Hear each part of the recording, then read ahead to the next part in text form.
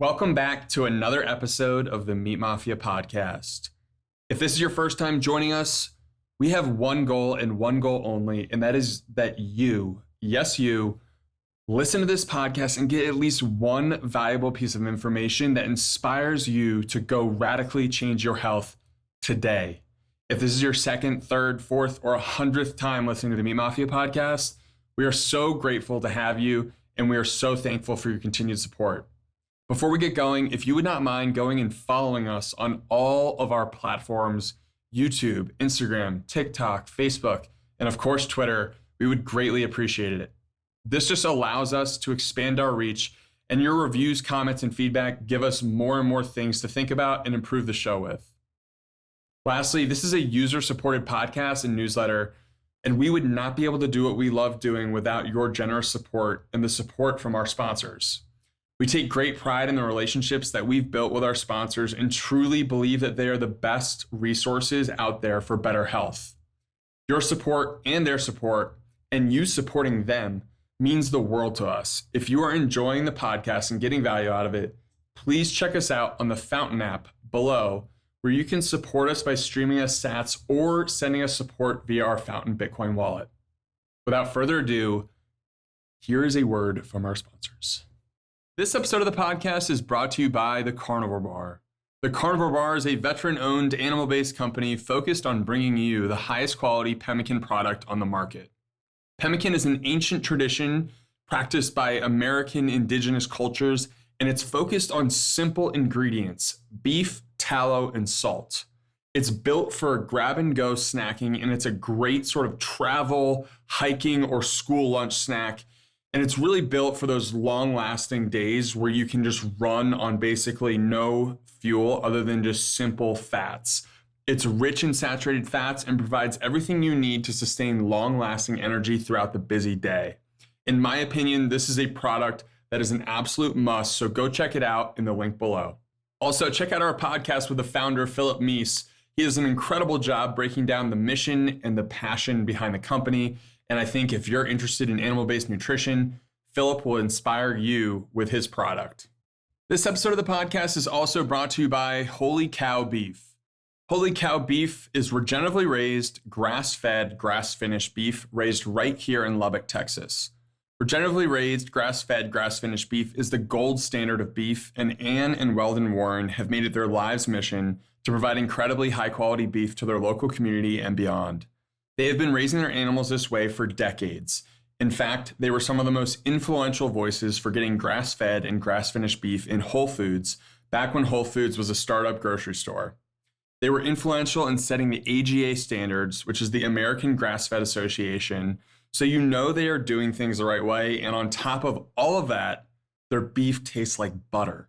Grass-fed, grass-finished beef provides a superior omega-3 to omega-6 ratio than your typical beef, or in other words, it causes less inflammation in your body. So you are promoting a high protein, high fat diet with this amazingly high quality beef, and saturated fats are playing their critical role in benefiting your body through supporting hormonal functions and cellular functions. And if you're looking for the highest quality beef, look no further than Holy Cow Beef. Leave your butcher box, that Australian and New Zealand raised meat, in the cart and order from your friends Ann and Weldon Warren over at Holy Cow Beef. I almost forgot the most important part there. Ann and Weldon Warren also accept Bitcoin as payment, so go check them out at their website in the link below, and you can pay in Bitcoin or in cash if you're looking to save your Bitcoin. I don't know about you all, but I am all about rewriting the incentives when it comes to healthcare, and Crowd Health is doing just that. Crowd Health is essentially crowdfunding for healthcare with a small HSA component mixed in. Paying through the nose for health insurance you may never use, only to be turned away when you actually need it, is incredibly frustrating. Also, the exorbitant costs of health insurance has so many baked in premiums that when you compare settling your doctor's bills by paying in cash versus using insurance, the cost is astronomical. So crowdfunding allows you to settle your medical bills in cash and then get the funding you need from your group through Crowd Health. This is a great alternative to health insurance for people who are low risk, healthy people who just want peace of mind knowing that if anything actually did happen, they do have a pool of funds to pull from to cover their medical costs. The best part, my group is saving a portion of the monthly opt-in in Bitcoin, and the rest is in cash. So those savings are going towards actually preserving long-term value for my group through a vehicle like Bitcoin. We are really excited about this concept, and since the business model is predicated on an incentive-based healthcare, it is a great concept. For people with low risk, minimal healthcare costs, it is a no-brainer. Go check them out in the link below and use our promo code MAFIA for a discount on your first 6 months with Crowd Health.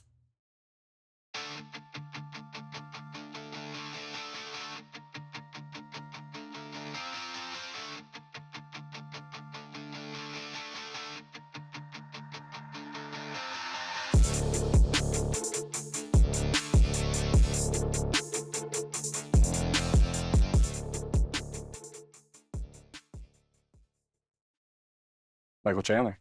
Welcome to the Meat Mafia podcast. What's up, boys? Thanks for having me, man. Dude, we're so pumped to have you on the show. I think this episode is a good testament. Sometimes you got to just get in the DMs and shoot your shot. And you never know what's going to happen. There's a lot of business, a lot of relationships that start via social media these days. So that's how it happens. It is pretty incredible. Just I feel like social media is such a double-edged sword where it's like you can definitely get pulled in and distracted, but even with this show and just friends and connections that we've made, you can meet just some unbelievable people in the space. Yeah, no, it is a blessing and a curse and a double-edged sword, like you said, because I do truly believe that social media can be used so much for good, you know, and obviously it's a cesspool at times, it seems like, or it's a lot of negativity that can happen sometimes, a lot of misinformation, whatever you want to call it. But I mean, social media is how we have connected the entire world. Like, truth be told, I met my best friend and mentor via Facebook, and I essentially met my wife via Facebook. Wow. Yeah, many years ago. Finally, I had a crush on her from afar from a really long time because we had a lot of mutual friends, and then finally I was just like, you know what? Send her a friend request. She said yes, thank God. And then a couple of years later, I sent her a message, and then that's how we ended up at Caldy's Coffee in Columbia, Missouri, January 24th, 2013, and then here we are. No way. Here we are, married after almost 10 years together this January. So, yeah, you never really know where things are going to take you, and honestly, like the perspective too of what you were just talking about, Brett. It's like, you know, social media can either be a huge detractor from your life or something that actually provides value, and I feel like that can be applied to so many different things. Just like, you know, having the right perspective on it and actually being able to, you know, lean into the good aspects of things. And some of the stuff we talk about on the podcast is like just the direction of where things are going. And one of the reasons why we wanted to have you on is like, you're just the type of person who young guys, particularly, you know, our age or even younger, just admire. So we wanted to thank you for, you know, coming on and just being a good role model, because it's something that we just don't see in today's world. Thank you. Yeah. Thank you. Yeah, I mean, I'm just a small guy from small town Missouri, just somehow ended up where I'm at now, just living the dream, truly, you know. So it's been a lot of ups, a couple downs here and there, but you keep on moving forward and just almost be a testament to the roadmap for everybody. We're all gonna struggle, we're all gonna fall, we're all gonna get beat. You know, for me, it just so happens I get beat on world stages in front of millions of people, so it's a little bit tougher to take, but also being the man in the arena wells something up inside of you that makes you realize the true blessing and calling that you have. And then just keep on keeping on, you know. That's really all it is. Yeah, there's definitely this like just blue collar, genuine nature to everything that you do. And part of the reason why I say that is the first time that I think I was introduced to you was in 2018, and you were on Lewis Howe's podcast. And it was a very quick recording. I think it was like a 30-minute episode. It was very, very quick. Yeah, we threw it together. And I'm so happy that happened, because there's been so many people that have talked about that. Yes. Well, and I remember, I think the most impactful thing that I took from that conversation is you were talking about, I think it was like proactively speaking to yourself versus listening to yourself. Yep. And I never thought about that mental model for just mindset and performance. And I think that that's something that we'd love to just talk to you a little bit about, how that's kind of served you in your career, and even as a father and a husband. That would be pretty cool to dig into. Yeah, I mean, well, if you unpack it and you think, okay, what do I do for a living? I fight in a cage in front of millions of people, a lot on the line. My world ranking is on the line. My paycheck is on the line. My future is on the line. It's very, very high stakes, not to mention the fact that it wasn't just like I showed up. I had to put in 3 months of work, 2 months of work, twice a day to get there. So the pressures are aplenty. So that everyone asks this question, hey, what's going through your mind whenever you're walking out there, when you're making that walk, when you're stepping inside the cage, when you're back in the locker room, when you're doing this, that, and the other thing leading up to the performance, up to the fight? I think humans are prone to wander. Our mind is prone to wander. Our mind is prone to think about all of the possible bad things that could happen to us, all of the possible enemies, all of the possible setbacks, the snares, the footholds, the things that are going to trip us up. And we're prone to look for those things. So with that, if that's the way our mind is downloading things at a rapid pace, you're most likely going to, most of the time, think negative things or think about what could possibly negatively happen. So I really started speaking to myself, because if you're audibly talking, as I'm audibly talking right now, it's really hard for anything negative to be said inside of my brain. We all know that there's a lot of words being spoken by us that aren't actually audible, that you guys can hear and anyone in this room can hear. There's a lot of chatter going on inside of your brain at all times. And if you can control that chatter, not that I claim to know how to do it, I'm still working on it, but if you can proactively speak good things into your life, speak, for me, as I'm going into the cage to fight, or even if I'm going into a business meeting, or if I'm going into a tough conversation with my wife, a tough conversation with a friend, a tough conversation with anybody, speaking things over my life, speaking things of why I deserve, going into a cage, why I deserve to be successful, the hard work that I have put in, the calling that God has put on my life, the platform that I have, and that I truly love what I'm doing. So if I just continue to speak those things over myself, then myself, because the biggest enemy a lot of times is the inner me. The biggest enemy is the inner me of speaking the negativity and the fear, the doubts, the insecurities. If I can just try to wash those out, or I guess overcome them at all times, at all moments, then I'm going to most assuredly hear more positive things than I am negative things. I know something that you've talked about too is that your wrestling career at the University of Missouri, I think I've heard you mention a few times that you felt like you maybe could have performed better relative to your potential. So I'm just curious, when did you start to actually develop that mindset of speaking to yourself versus maybe listening to some of those negative thoughts that can occur when you're performing at such a high level? It's a good question, because I do think I look at my athletic career like I had a beginning and now a current. Obviously, the sport of wrestling, I'm forever indebted to my coaches, my training partners, the Mizzou wrestling dynasty that they've created. I was a small piece of that. I was a walk-on at the University of Missouri. Definitely didn't tell myself I was going to be successful there. Nobody around me was telling me I was going to be successful there. But for some reason, I walked on and became kind of the lowest guy on the totem pole and had to really prove myself. But right around my senior year, I finally started to realize a little bit more that, okay, you've been here for 4 years. You've done every single thing that coach has asked you to do. You showed up early. You stayed late. You've been a captain on the team. You're a leader on the team. You weren't the guy who was chasing the silly things. You were the guy who was chasing that podium spot. There's 8 spots on top of the podium to become an All-American, top 8 in the country. So I finally started to really believe that, because of guys like Tyron Woodley, who I wrestled with, guys like Ben Askren, who I wrestled with. And obviously both of those guys went into mixed martial arts and became successful, but they really helped me believe in myself. But I remember it was in St. Louis, Missouri, at the Savas Center, kind of my home city, actually, my senior year, and I took those straps off the singlet for the last time. And as soon as I took them off, there was this burden that it was finally lifted off of me, but also this extreme regret that I knew that even though I had All-Americaned, I had so much more potential than I actually showed in my 5 years at Mizzou.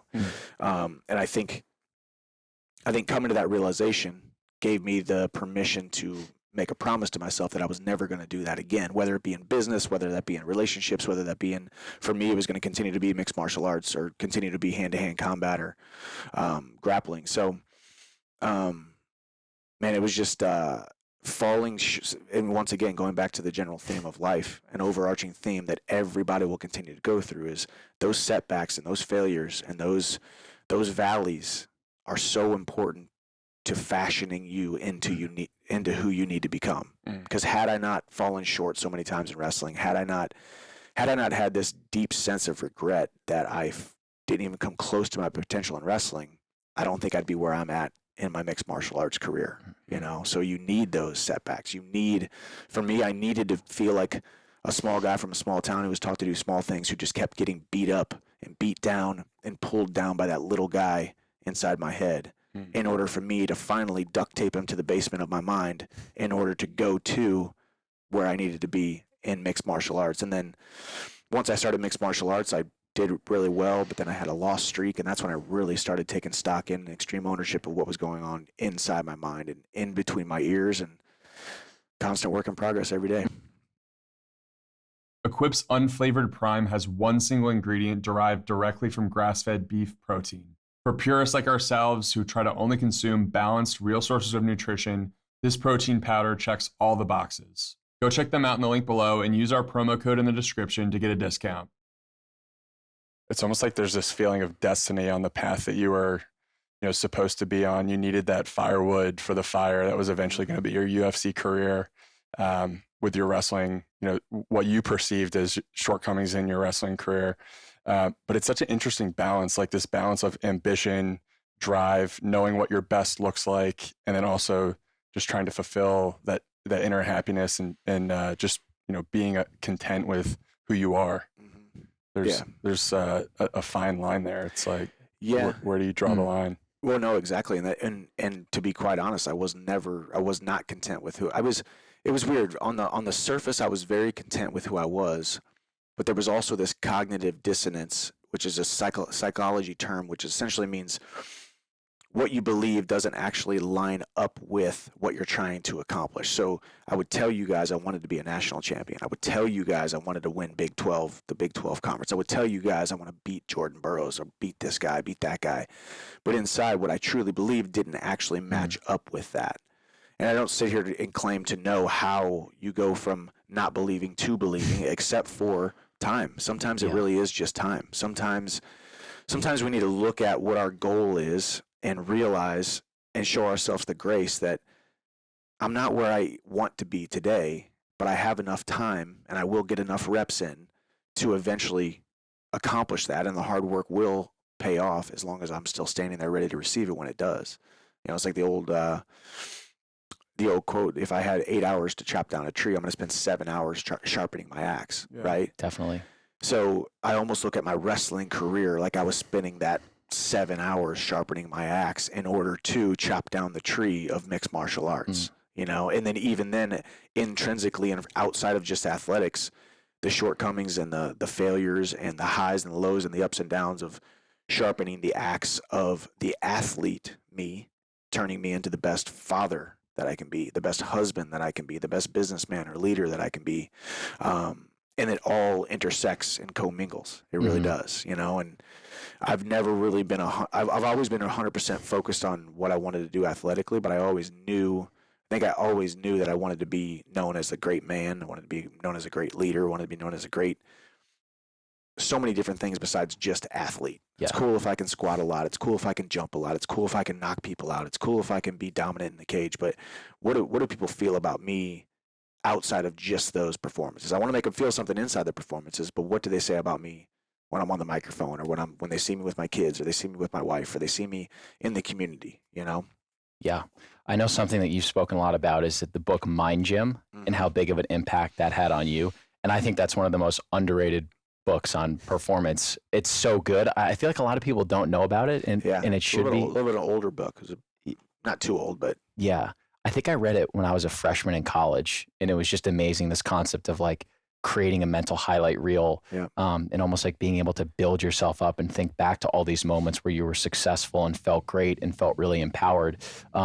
Was that a big factor to you towards kind of creating this like ideal mindset that you have now? It was, and I will say, if you think about the mental highlight reel, I think we are all, especially athletes. You guys are athletes, right? Coaches said, listen, it doesn't matter if we beat them last time. We got to do it again. We got to, we have to move forward without resting on our coattails. I think we're so afraid to say what got me to here is not going to get me to there. I need to keep on putting in the work. I need to keep on getting better. I can't take for granted, success is never owned. It's only rented, and the rent is due every single day type of mentality, right? But when it comes to your self-image, your self-concept, when I look in the mirror and say, okay, I am a good athlete because of this. I am a good man because of this. I'm a good husband. I'm a good steward of the gifts that God has given me. I have to close my eyes, look back, and think about the times that I outperformed my expectations, that I did accomplish what I set out to do.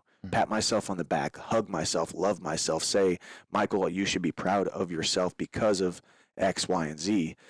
So it's, for me, as a guy who struggled with my mental self-concept, struggled with mindset, struggled with truly believing that I deserved God's best for my life, it felt foreign to me, or almost wrong for me, to think about the things that I have accomplished, think about the things that I have done well, think about the people that I have impacted, because it almost felt like I was bragging, my biggest fear in life was to walk into a room or leave an interaction and somebody say, oh, that guy's cocky.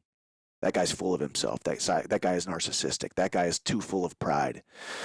But as I've gotten older, I think there's such a fine line, and it's a beautiful, delicate dance between ego and pride and self-love and complete unwavering belief in yourself. Mm-hmm. There's really nothing wrong with you 100% believing in yourself. There's nothing wrong. If I sat here and say, guys, I truly believe I deserve to be a champion. I deserve to be the champion, the number one guy in the world. You guys could take that as cockiness or overconfidence, or just maybe I'm just a guy who has put in the work. I have, and I do deserve success. So I was just really afraid of that. I think of leaving that kind of impact on people, so I would very much downplay who I was, downplay my abilities, even downplay my hard work, even though I knew I'm the hardest worker in the room, even though I know I deserve to be successful, I would downplay it, and that a lot of times led to that self-sabotage of not being successful. So making a mental highlight reel where I can look back and I could smell the smells and feel the feels and remember what it felt like to outperform my expectations. And that mental highlight reel gets stuff crossed off when it's maybe older, more irrelevant stuff, and add more things on. But this mental and heart exercise of remembering where you started, what you've accomplished, what you've done, and why you deserve to continue in that course of being successful is so important, because if you don't, then you're just it's only a matter of time before you get to the next opportunity and you fall short because you didn't remember the times that you were successful. How important is this idea of visualizing the person that you want to be, or those moments where you've been the best version of yourself, where you've been successful, and just being able to put yourself in that place again every day, like when you're trying to show up to the gym and just put that great performance together, or when you're going out to compete, like that visual component where maybe you're just keeping, just getting your thoughts in place. But I imagine it's something that helps you anchor yourself to, succeeding. It is, yeah. And I think we overvalue the reps in the gym. We overvalue the muscles that we can build. I know for a fact, because I've done it now for 22 years. We know for a fact, you guys as athletes, if you focus on a certain muscle group 3 days a week, 4 days a week, you're eating your protein, you're taking your supplements, that muscle group is going to keep getting bigger. If you want to build your legs, there's programs out there. There's reps you can do on the squats, the hamstring curls, and all of these different deadlifts and these things where you can focus on these muscle groups, and you can watch these muscles grow over a month, over 2 months. You can watch them physically grow. And I think we overemphasize and over-exaggerate the gains that can be made in the physical gym, and we underestimate the gains that can be made in the mental gym, in the mind gym, so to speak, And being able to close your eyes and vividly visualize and see the things that you want to do, the people, the person you want to be, and the things that you want to have, and the impact that you want to make. Visualizing it, I mean, it seems a little bit different because obviously I have a 5-year-old right now, and he could imagine ridiculous things because he has this crazy little imagination, and that's the way God created him. Mm-hmm. And in God's word, it even says that we should be more like children, love more like children, visualize and see things more like children, because that's the way that we were created. It's only because of the world that has beat us down and put us into a box and told us no and told us we can't and told us you shouldn't, that we turn into these subpar versions of the humans that God created us to be. So if you can close your eyes and you can see the things that you want to accomplish, whether it's a performance for me inside of a cage, whether it's the husband that I want to be, whether it's me even putting myself in my wife's mind and heart and seeing myself the way that I want her to see me, not in a narcissistic way, but in a way that I know that she deserves to have a man that wants to make her the happiest woman on the planet. My kids, I could see them 10 years from now, 5 years from now, what they're going to be and who I'm going to be to them. When my son is 16 years old, dribbling a basketball down the basketball court, and he drains a three, and he looks over at me, how does he see me? You know, and so it not only am I visualizing who I want to be and the things that I want to do, but how other people, the most important people in my life, are seeing me. You know, and then you put a plan into place, and you're going to fail, you're going to fall short, you're going to run right into a brick wall, and you're just going to keep on going, you know. But being able to actually close your eyes and spend, even if it's 5 minutes, and it's I can tell you right now, I've hit some mental roadblocks in my life actually recently, for one reason or another, where it's hard for me to visualize those things. And a lot of times the enemy to visualization is the inner me of telling me that I don't deserve it. Because that voice inside of you that's going to tell you, hey, you don't deserve this, so how are you ever going to be able to see it? Yeah. You're never going to see it in real life, for sure, if you can't see it in your mind, for sure. And if you can't, you're not going to be able to see it in your mind unless your inner dialogue is telling you that you at least somewhat deserve it. Yes. And I don't sit here to claim to know how you go from point A to point B, aside from the fact that you just got to surround yourself with the best people possible and work extremely hard, and then try every single day to visualize and see who you want to be, what you want to do, and what you want to have.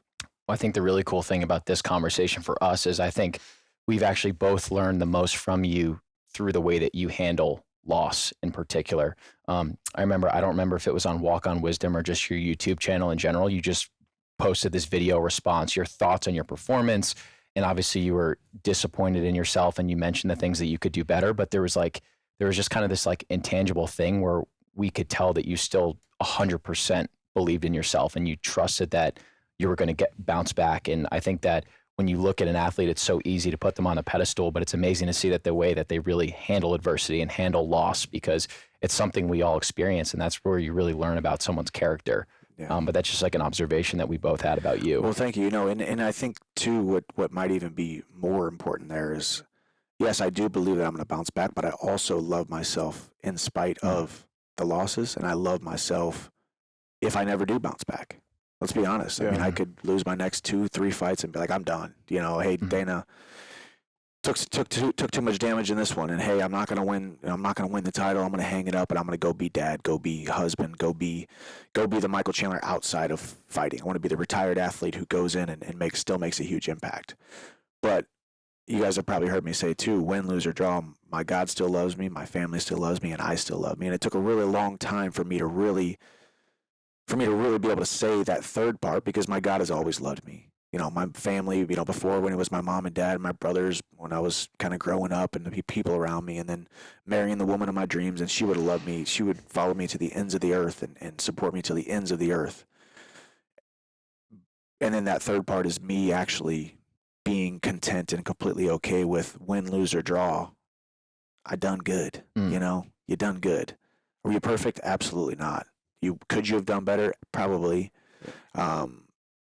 Could you have made some different decisions that would have gotten you further in life? Probably. But overall, you done good, you know? And I think being able to, you know, truthfully, I will say I don't really have a choice. Like I'm out there on a world stage with all of my heart, you know, my heart on my sleeve, and you win a fight and you do some backflips and it's fun. You lose a fight, you hang your head, you're bleeding, your nose is bleeding, and you know, it's a beautiful dance between your greatest moment of opportunity, your highest of highs, and your darkest hour and your lowest of lows, and somewhere in between there intersects the the man that you are becoming, the man that you were, the man that you will be, you know, and it's just, it's been a crazy ride, and, you know, we still got a lot of tread left on the tires, but truthfully, like we said, I do think I'm going to bounce back. I do think I still have ridiculously big fights and big stages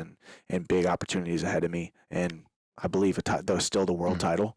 But the beautiful thing is, even if I don't, I know I've done good, and I love me, That's you know, awesome. and not in a, really in a self-love type of way. It still feels uncomfortable to say that, but that it shouldn't be perceived as uncomfortable for me to say I love myself and I love what I've done, because I spent so many years, decades, the majority of my life, wishing that I was better, wishing that I could have done more, wishing that I was more improved in so many different areas, you know? It's so interesting because it's almost more selfish for you to think in that lower version of yourself than, like, you are being more selfless by embracing that I'm proud of who I am. I am who I am. These are the gifts that I have to give to the world.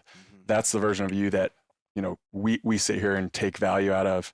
And then from the other perspective, there's also people saying, well, you know, maybe there's some ego in there, but it's kind of this weird concept of like, ego death isn't all that good. No, it is. And actually, you bring up a really good point. I mean, truly, no matter where your faith stands, no matter what you're trying to accomplish, no matter what it is that you set out to do in life, you not pursuing the best version of yourself, you are shortchanging those that are looking to you. You're shortchanging your family. You're shortchanging your community. You're shortchanging the calling on your life. I mean, even here we are sitting here today. You were two guys who had just kind of admired my journey from afar. I'm doing you guys a disservice. Had this podcast never happened, we never met. I'm doing you guys a disservice by me waking up in the morning and not believing in myself, because by believing in myself, I inadvertently give you guys permission to believe more in yourself, even if it's just a little bit more, for you to believe a little bit more in yourself, because you see my journey, you see my highs, you see my lows, you see the way that I conduct myself, and it's made an impact. 100%. So if you truly think, too, whether you're a person who, like y'all, you want to be on a platform, you want to have a bigger platform, you want to speak to the masses, you're doing yourself a disservice by not just yourself, but you're doing everyone who is on the other end of these airwaves, on the other end of these radio waves, on the other end of this microphone that's going into their car, going into their phone, going into whatever, you are shortchanging them by you not believing in yourself. And I think that was a concept that I really started taking to heart too, because I started thinking about, okay, I never ever want to shortchange my wife. I never ever want to shortchange my kids. I never ever want to shortchange my mom and dad and all those people that believed in me. And I most assuredly never want to shortchange my God, who has had me in the palm of his hands my entire life. But by me looking in the mirror and not seeing the best version of myself, isn't that what I'm doing? Yeah. You know, 100%. And it's when you start to unpack it that way, that's when you start to realize, holy cow, it isn't just about me. You know, it's about me believing in myself so I can then serve those who love me the most and who deserve to be served by me and by my performances or by my lack thereof when it comes to performances. The things that I do and don't do, the things that I do think and don't think, you know? So it's just when you start to unpack it that way, I think that was kind of a mind shift that I had a couple of years ago, and realizing that every moment that I spend not believing in myself, I'm really shortchanging the ones that truly deserve to be served the most by my existence here on the planet. It's not just about me. Yeah, it almost makes me wonder when you say it like that, is it selfish to not believe in yourself? And the reason why I say that is you gave a great example. It's like we've taken inspiration from you. It injects us with energy. It makes us want to go be the best versions of ourselves, put out the best show possible. Hopefully people are listening to this. They take value. Then that maybe rubs off on their friends and family. And it's like this chain reaction. And I think sometimes we maybe forget it's not just about you. And we almost underestimate what we can do when we pursue that higher calling of ourselves. No, it is. I would almost argue, that it's even more selfish to not, because it's not, we get so caught up in this little world of, okay, this is me, this is my life. And of course I got my wife and I got my sons and I got my career and I got my friends and I got my family and I got all these different things.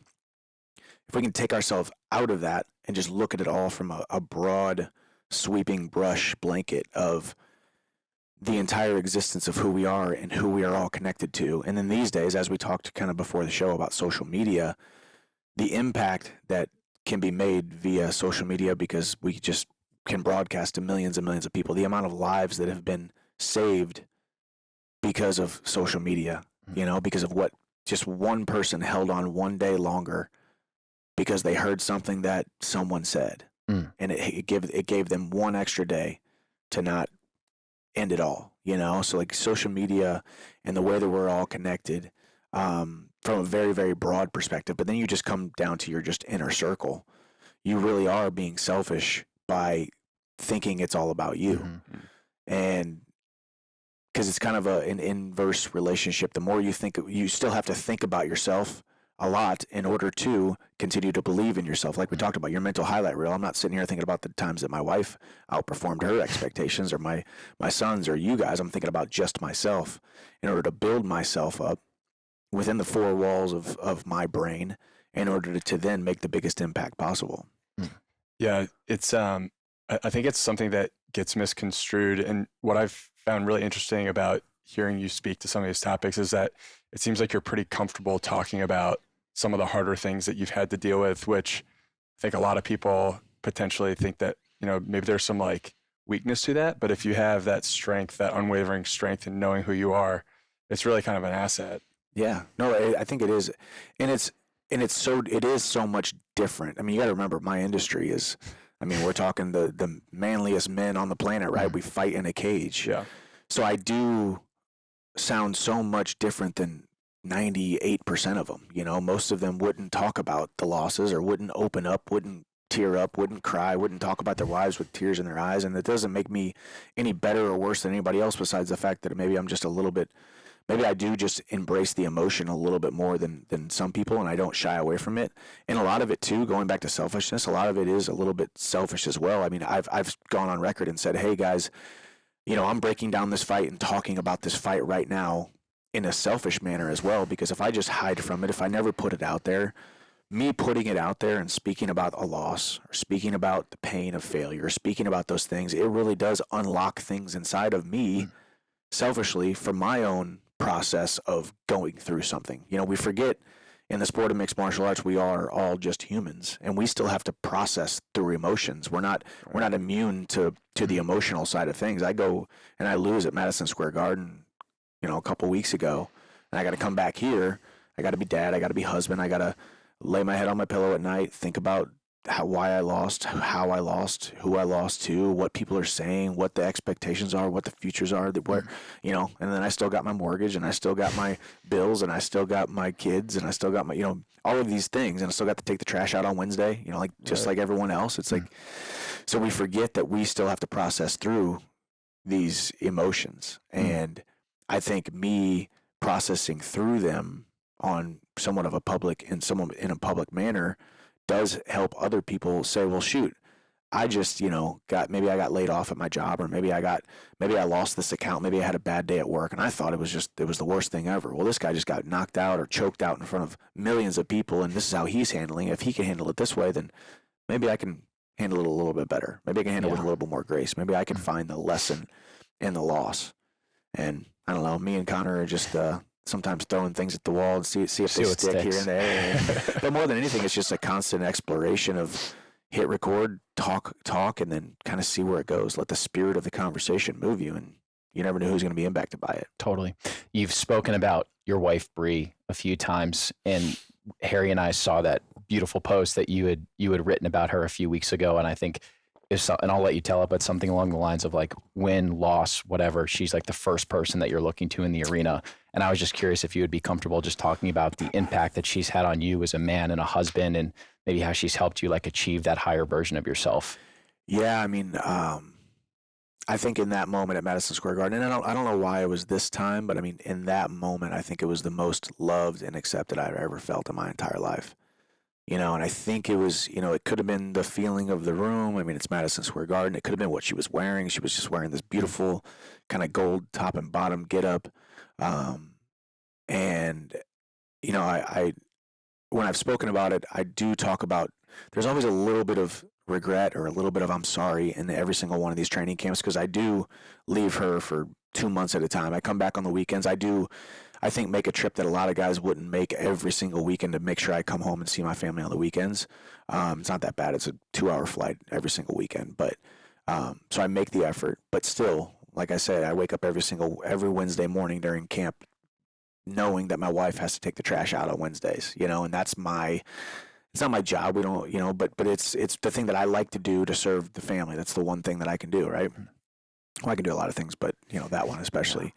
And just in that moment, I just, for some reason, all I could feel like was, I'm sorry, and she's like, don't be sorry, don't be sorry. You did everything that you could. And I think this love and trust that we have, she knows without a shadow of a doubt that when I'm in Florida, I'm not down there scrolling through Netflix and skipping practices and, sneaking donuts and all these kind of things. I'm perfect with the diet, perfect with the training, putting in extra hours and extra time. She knows I'm leaving no stone unturned. There's even times where I'm like, well, I got to do this and I got to do that. She's like, why don't you just chill and hang out? But to me, I feel like every single moment that I'm down in Florida and away from the family, I need to be doing something. But if I'm not working on my physical fitness, I'm working on my mental fitness. If I'm not doing that, I'm doing Zoom calls and working on real estate or working on businesses or working on these other things, because I feel like I have to fill the entire day up with work in order to, as the prerequisite to be able to feel okay leaving the family.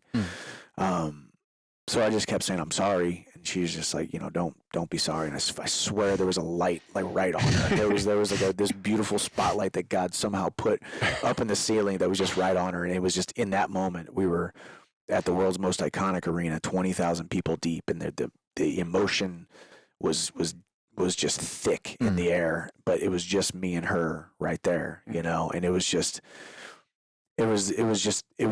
my favorite moment of my entire career. And it was in a loss. Wow. It was because some things just transcend the X's and O's. Some things transcend the wins and the losses and the belts and the money and the lights. There's some things just transcend these moments that really just etch in stone on your heart, And she is so loving and selfless, and her energy that she has to be able to serve us 3 boys, me and my 2 sons, and do it with so much grace is just, it's something that doesn't even seem humanly possible, and she would never say that, just like me, she knows she can do better in her mind. She thinks she can do better. She thinks she can change for the better. She thinks she can get better. And I think that's why her and I have such a perfect, it's not a perfect relationship. I think no relationship is ever perfect, if you will. Everyone can get better and everyone can improve. But she really is perfect for me. Mm-hmm. She really is, because we are so perfectly equally yoked in so many different ways that she knows that when I need to go make my sacrifices, that she needs to step up and do what she needs to do. And then I do the same thing for her and her 3 jobs that she has. I think both of us teeter on the edge of healthy / almost a little bit unhealthy when it comes to work, and I think, anyone who's ever been extremely successful and has that inner drive, I think kind of delves into that realm of, okay, today I went a little bit too hard. Today I focused a little bit too much on the business aspect of my life. Let's get back to the dad aspect. Let's get back to the husband. Let's get back to the wife. Let's get back to the mom aspect, But yeah, that moment was just amazing, man. And I can, you hear people say it, I couldn't do it without you, babe. I couldn't, behind every great man, there's a great woman. But when you truly get into that and you feel it, and you feel that till death do us part, you feel that for richer, for poorer, for in sickness and in health, and you feel it, and it's been tested by the trials of fire. Man, it's a beautiful thing, man. And it's humbling to have that kind of love in my life and that kind of love for me. But and ultimately too, it inspires me to love myself a little bit more. Because dang, man, I trust her, and I trust her judgment, and I trust her gut, and I trust her heart. And if she can love me and accept me that much, maybe I should do it a little bit more with myself as well.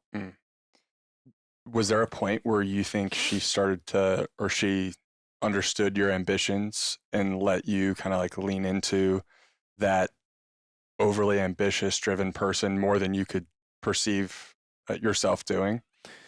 Yeah, I mean, I will say from the very beginning, the way that our relationship started, she was doing a critical care residency at the University of Missouri. She was working 80 hours a week. She was married to medicine.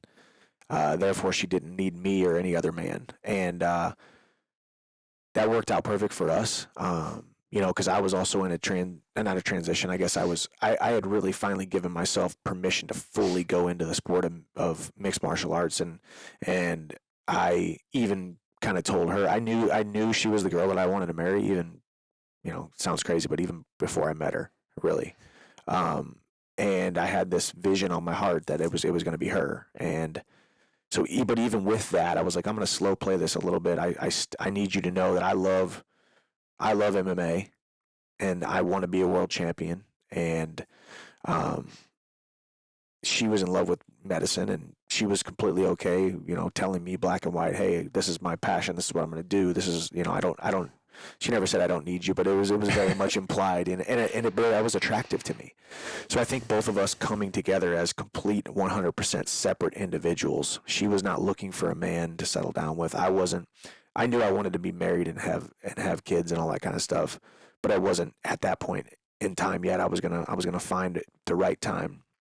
So I think us coming together at those pivotal moments of our life where we both didn't really need each other, but we're like, well, this is too good to pass up, so I guess we'll get together. Really has boded well for us in our life. So I can go. She knows that if I say, hey, sweetie, I need to go do this, or hey, Dana called, or hey, before Bellator called, this is what's happening, this is the date, this is who we're fighting, this is what's going on. She says go, But I think she has that she lives that kind of life, so she understands what it feels like. And we've also both felt what it felt like to not have that kind of support where it gets questioned. Well, wait, why do you have to go do that? Why does it have to be 8 weeks? Why can't you come home on Thursday? Why can't there could be all these different questions where you get questioned your calling or what you're trying to do. And I'm a professional. I know what I have to do to be successful, and ultimately it's the best for me and my mental mindset to be able to go be selfish for this short period of time, so then I can be selfless after I get done with the fight to be the best father and husband that I can be. So it really has worked out well because her and I both know what it's like to fully put yourself into something, and there's something so beautiful about feeling that appreciation on the other side.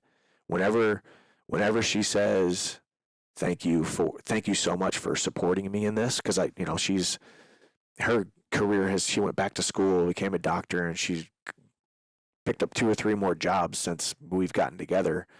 And it's always been her going out to accomplish those things, and that love that she has reciprocated back to me and saying thank you so much for supporting me in this, or me making the sacrifices for our family so she can go do that. Because it's, it goes against the certain gender roles these days, right? For our wives to go, and for the man to support the wife as much as the wife supports the man in their career ambitions, right? So it's worked out really well for us, and we've been doing pretty good with it. Is it a cool feeling to almost have the seasonality of being hyper focused and engaged for leading up to a fight, have the fight, and then kind of be able to just like relax with your sons and your wife and just be like full on dad mode? It actually is, yeah. Which will be interesting too when I transition out of mixed martial arts or being a professional athlete and going through these training camps. It'll be interesting to see how we transition through that. But that is life. Life is just a series of continual seasons that change. Some are similar, some are different. But I do love, it does work out well for me to have a 2-month period of time where it's 100% soul focused on one thing, and then I can come back and basically have nothing to do, nothing that I have to do. Obviously, I fill my days up, with stuff that I can get done, conversations that I can have, phone calls and standing up businesses or working on certain different projects that we're working on. But ultimately, I've taken my son to school almost every single day since I've been back from my last fight. I've picked him up from school every single day. Even if me and Connor are going to work till 5, I'll still take a break from 2 to 3 to pick him up from school.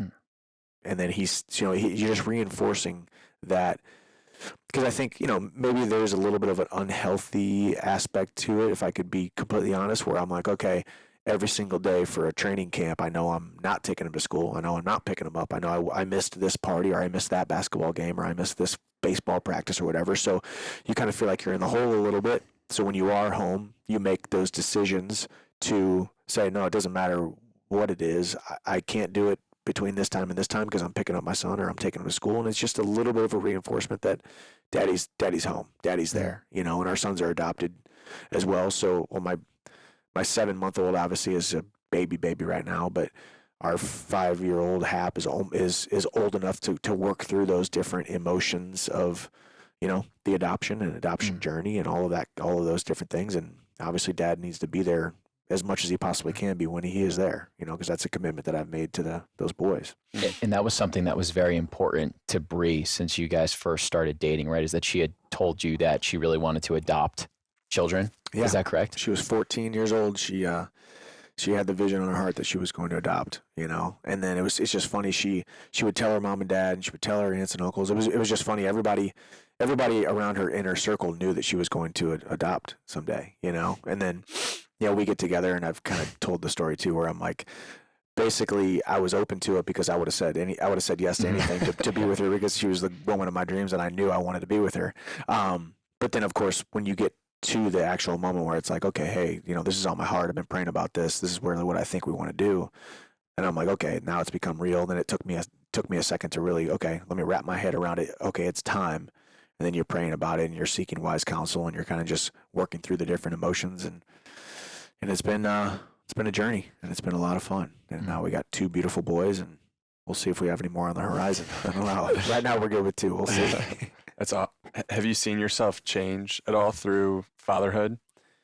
Yeah, a lot, you know. I mean, I think too, everything changes with time, circumstance, and learning how to be a little bit more patient. You know, I think it's one of the biggest things about fatherhood that, especially for men, obviously, and parents in general, but men especially, is just the patience. You know, we like control. We like to know that we're in control of what we're trying to do. You know, we don't like things that are out of our control a lot of times. But having kids, it's like somewhat controlled / uncontrolled chaos at times because there's so many different emotions and they're also learning through things and they're you know, there's times of disobedience, there's times of extreme obedience, and you're just like, holy cow, you're the greatest child ever. And then there's, you know, and you're just working through the ups and downs and roller coasters of emotions of children, you know, but through it all, trying to realize that it's here to mold you into every single day, week, month, year into a better father, you know. And I've gotten so much better as a father. I've improved so much more as a father because I've had the time now of 5 years of doing it, you know. But then with that comes every single season of, okay, maybe fighting in my career is going really, really great. Okay, then maybe it's not going so great over here. Maybe there's other businesses, other relationships, all these different things. So trying to deal with the roller coaster of emotions of the ups and downs of all the different things that you're also doing, while also being a father and being a husband and all of those different aspects of life that you're constantly working through. Mm-hmm. But if you really kind of just sit back and you have this kind of conversation, you're like, man, it really is beautiful. It really, really is beautiful. And sometimes I, you know, pinch myself that I'm like, holy cow, I have 2 kids now, you know? It's unbelievable. Because you remember being young and you're like, someday I'm going to get married. It's going to be great. And then there was those times you're like, holy cow, I'm married now. Like I got to, you know, you with each step, you know, now I'm in control of someone else's life in so many different aspects. My decisions that I make every single day don't just affect me. When we were young and doing whatever, and you're just like, oh, it's me and my boys or whatever. You might make a decision and be like, dang, dude, you probably shouldn't have done that, or hey, that stinks or whatever. Mm-hmm. But now it's like, now I'm, you know, promised to another human being my entire life with my wife, and then all of a sudden you bring kids into it who are 100% completely innocent, have no idea what to do at all with their life, and you are in charge of that, you know. And so it just becomes this extra added layer of responsibility when you get married, extra layer of responsibility when you have your first child, your second child, third, however many more. And it's ultimately, if you take it as, you know, as serious as you probably should, it should hopefully continue to well up in you and turn you into a better man in all aspects of your life. Yeah. It's interesting the way that your mindset evolves as you get older. And what I mean by that is, both Harry and I are in our late 20s, not married, don't have kids yet, but I think we both identified like we do want to get married and we do want to have kids if we're fortunate enough to be able to do that.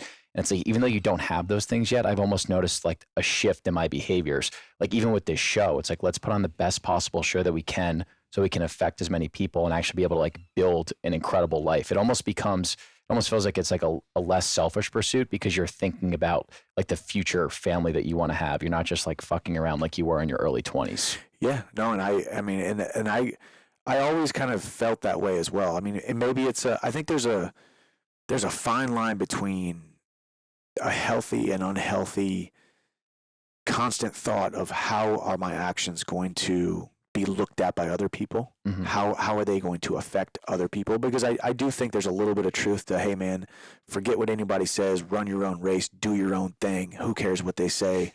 If they're supposed to be, with you, they're going to be with you. And then the other side with, thinking about every single thing you do, how is this going to affect my reputation? How is this going to affect my mom and dad when you're young and single? Like, hey, they did all of this for me to get me to where I'm at. Like, how is this going to affect them if this happens or that happens? And I think I always leaned more towards thinking about how this was going to affect how people saw me, what they looked at toward me, how my reputation was going to be. I can't say that it hasn't held me back in certain areas. I think I didn't make certain decisions or didn't do certain things or pursue certain things because I was afraid of how I was going to look or the opinion of other people. But in that same vein, like you said, when you start to do think, okay, especially with things like this where it's going to live on the internet, the things that you're saying are going to live on the internet. They're going to be there forever, really. Really just thinking about your reputation, and that's been, I think, one of my biggest, I think when I was younger, I didn't really think about it as my reputation, but as I've gotten into now mixed martial arts, professional athlete, now in the UFC on a bigger stage, you really think about, okay, what is your reputation? And the reputation is one thing that takes years and years and years to build and just 1 second to tear down, 1 second to completely lose. And then it's going to take a little bit longer to, not as long, but a little bit more time to get it back to where you want it to be. And everybody makes mistakes, and everybody has moments of judgments that they wish they wouldn't have made, or people could question your character and certain decisions that you made or certain actions that you have. And ultimately, we are all just sinners saved by grace on this earth, where we're just trying to live a life to take care of our families and find happiness, joy, peace, contentment. But really starting to think about it, I would commend you for that. It's really more of a mature approach of not just thinking about yourself, but thinking about yourself as an asset to your community, an asset to your relationships, an asset to your family, and an asset to your future family, an asset to the future, your kids or your wife or your future businesses that you guys are going to stand up, the future different seasons that you're going to go through. And because ultimately you're a work in progress, but every single day you have an opportunity to continue to focus on how are people going to feel when they see my name, hear my voice, watch me, see how I conduct myself. Mm-hmm. Has this idea of being a role model always been something that's been pretty important to you? It's funny. Earlier we were talking about mindset, and I think that's one of my biggest kind of aspects and talking points, because I know what it feels like to have a horrible mindset. I know what it feels like to look at myself as the smallest guy in the room, who deserves the least in the room, who doesn't deserve success out of all of us sitting in this room, right? And I think when you talk about leadership, I think it's kind of the same vein, where I never looked at myself as a leader for a very long time. I was a small guy. So, okay, I'm not going to get picked last on the athletic team necessarily because I was a scrappy little guy. But ultimately, I wasn't going to be the star quarterback. I wasn't going to be the star point guard, so that's why I wrestled, because there was weight classes. Didn't have hair in my armpits till I was like 18 years old, right? I was a late bloomer. I was a younger guy in my class. So I was never really a leader, So I know what it feels like, but there was something in me that kind of I knew that I was a little bit different. I knew that I thought a little bit differently. I knew that my moral compass or inside of my brain said, well, this doesn't seem right. I'm not going to do that. You guys shouldn't. I'm not going to say you guys can't do that, but I'm not going to do that. Mhm. You know, I went against the grain. I was looked at differently. I didn't make a lot of the decisions that a lot of guys did. But that ultimately gave me more and more confidence, because going against the grain you realize later on that going against the grain takes a lot more courage than going with the flow, going with the herd, you know? So I think all of those decisions that I made leading up to that kind of put me in a position where I thought, you know what, maybe I am a leader, you know? All of these different aspects, or all these different seasons of my life, the guys, the crowd, the majority was doing this, and I was over here doing that. So wait, maybe, and not saying that I made all the right decisions, but I made most of the right decisions compared to the majority. So I think, you know, just like I had a very lowly view of myself, that makes me want to build myself up into a high self-esteem individual and build other people's mindsets. Same thing with leadership. I looked at myself so lowly as a follower, as a guy who wouldn't be a leader, as a guy who didn't deserve to have my words be spoken and other people listen to them, that I've gotten to the point now where at a certain point when I kind of got into, I think, transitioned out of the sport of wrestling into mixed martial arts onto more of a bigger stage, realizing that I think I do care a lot more about being a leader than I thought I did. Yeah. You know? Do you ever get like fellow athletes that will pull you behind closed doors and be like, hey, brother, like, I just really appreciate your willingness to open up and be vulnerable and talk about some of the stuff on mindset, because there's such a few number of athletes, I could probably count them on one hand, you being one of them, that's actually willing to open up and just like talk about the doubts and the negativity that so many people experience, but probably don't talk about. Yeah. I mean, you'd be surprised. I mean, you know, and it's just because I decided to do it on microphones and cameras and not afraid to say it in public, doesn't mean that anyone else is doing something wrong by pulling me aside in a private conversation and them feeling that way in a private conversation, but not putting it out there and projecting it. Because I do believe people need to be met where they're at. They don't ever need to be forced to make a change or make a decision that they're not ready for. Everything and every decision waxes and wanes based on timing and circumstance and maturity or experience or all these different things. Right now just happens to be the time where I'm very open about it and like to talk about it. And it's, you know, I think I talk about it a lot more now over the last 2 years, because I'm on the biggest platform that I ever thought I would be on. You know, when I was in Bellator, it wasn't the biggest platform. Now being in the UFC, it's such a bigger platform, and the following has grown so much bigger. So with more and more of a following gives you more and more of a kind of a, well, shoot, you know, if people are following, they want to hear what I'm saying, and this is what I want to say, you know? But yeah, you'd be surprised how many people have pulled me aside, or even if it's a direct message on Instagram or a direct message or email or something where it's kind of more of a private conversation, and we're like, man, and I think it's in those moments too, because I have a lot of everyday people as well who aren't athletes who send me a lot of very encouraging stuff, and hey, because you said this or because you did that, it really helped me with this, and I lost this much weight, or I was really depressed and this really helped me, and all these different awesome messages that I get all the time, which is and I always try to respond to, but the ones from athletes are especially awesome too, whether it be, you know, mixed martial artists or other professional athletes, is really cool.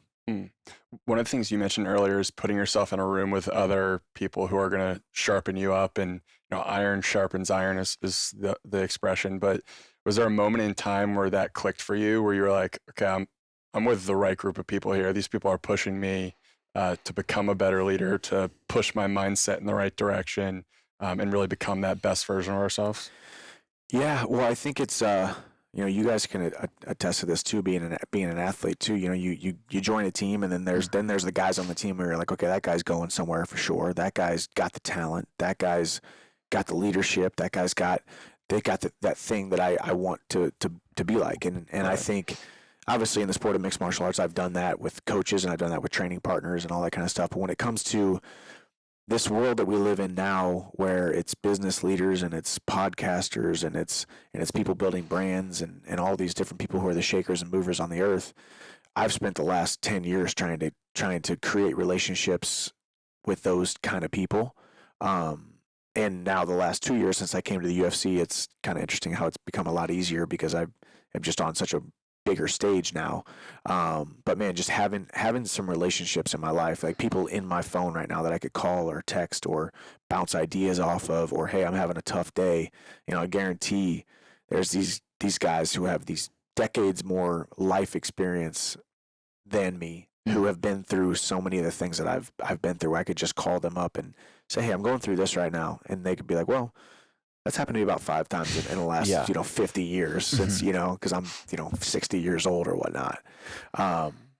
So it's so important to constantly strive to get in the rooms with, or create the relationships with, or serve without ever asking for anything in return, people that you want to be around, people that you want to do business with, people that you want to have as your accountability partners, as your business partners, as your, the people that you want to emulate in life. I want to be a husband like that man. I want to be a father like that man. I want to be a businessman like that man.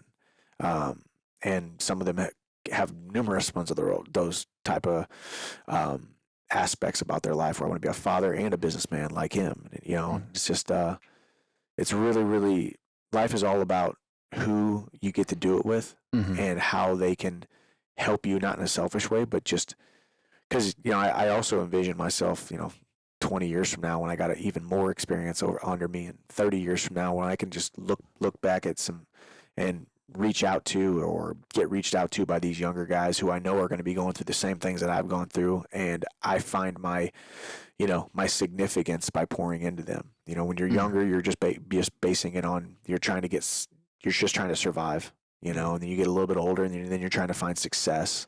And then eventually you move into that significance realm where you're definitely surviving really, really well. You definitely had a large amount of success. Now it's like, where do I find this significance? How do I get the significance every day to feel what I need to feel? Because I'm going to keep making money because I'm good at business by the time I'm that age. Or I'm going to, my kids might be in college now, and I can't pour into them as much underneath the roof as much as I can because they're gone now, and still pouring into my relationship. But how do I find that significance to pour into other people's lives? Yeah. I think intention for me is probably the word that keeps coming to mind when we're having this conversation, just thinking about the way that you approach your role as a father, as a husband, fighter, businessman.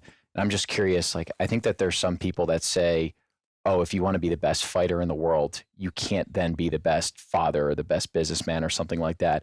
But it seems like you've been able to push a pretty good amount of your soul and passion. It's like all these different buckets.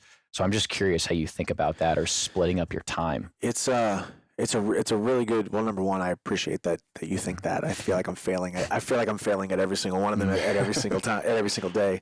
Not really. I mean, I try to show myself the grace to know that different seasons happen at different times, and there's going to be a time where mixed martial arts is a 10 for me, and I have to accept the fact that my family life is going to be a 7.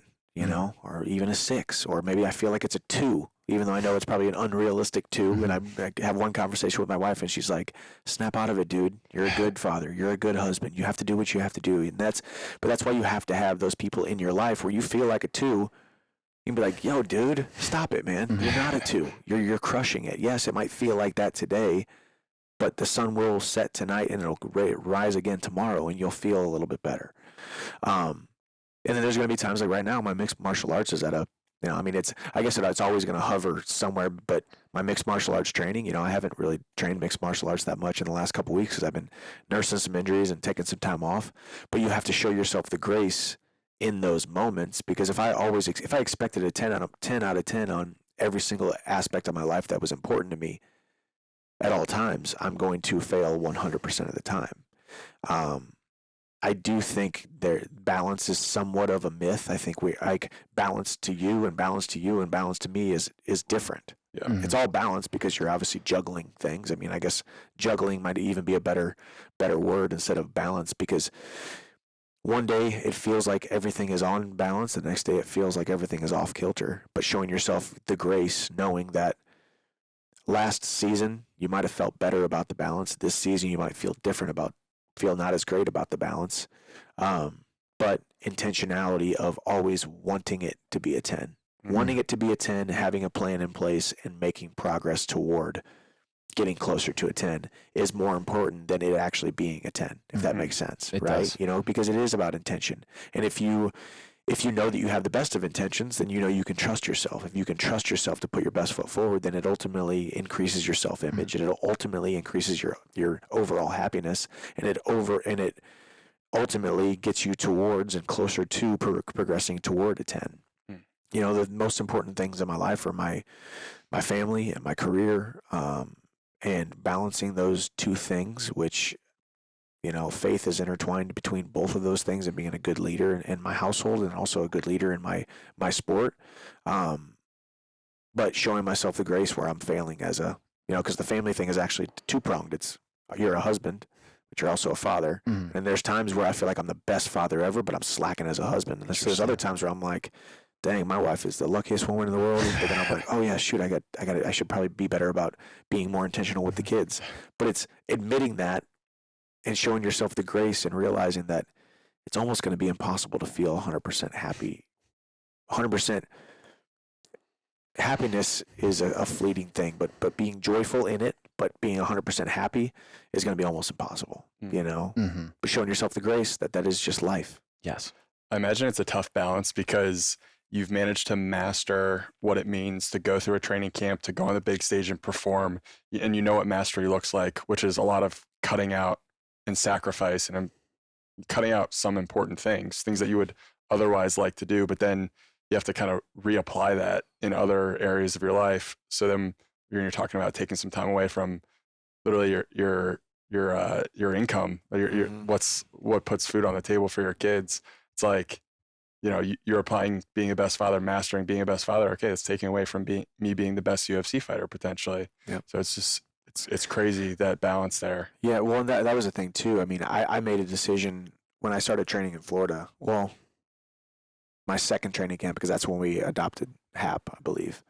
I made a decision. Maybe it was my first training camp, but I made a decision that I was going to fly home every single weekend. You know, I didn't care. I made a decision at that moment. If my mixed martial arts career suffers because of this, so be it. I have to know that I'm making these sacrifices for my family in order to then know that I can be the best fighter that I can be. You know, because if things are that important to you, they bounce off of each other, if you will. You know, I know for a fact I'm losing every single fight that if I felt like I was being a bad father or a bad husband.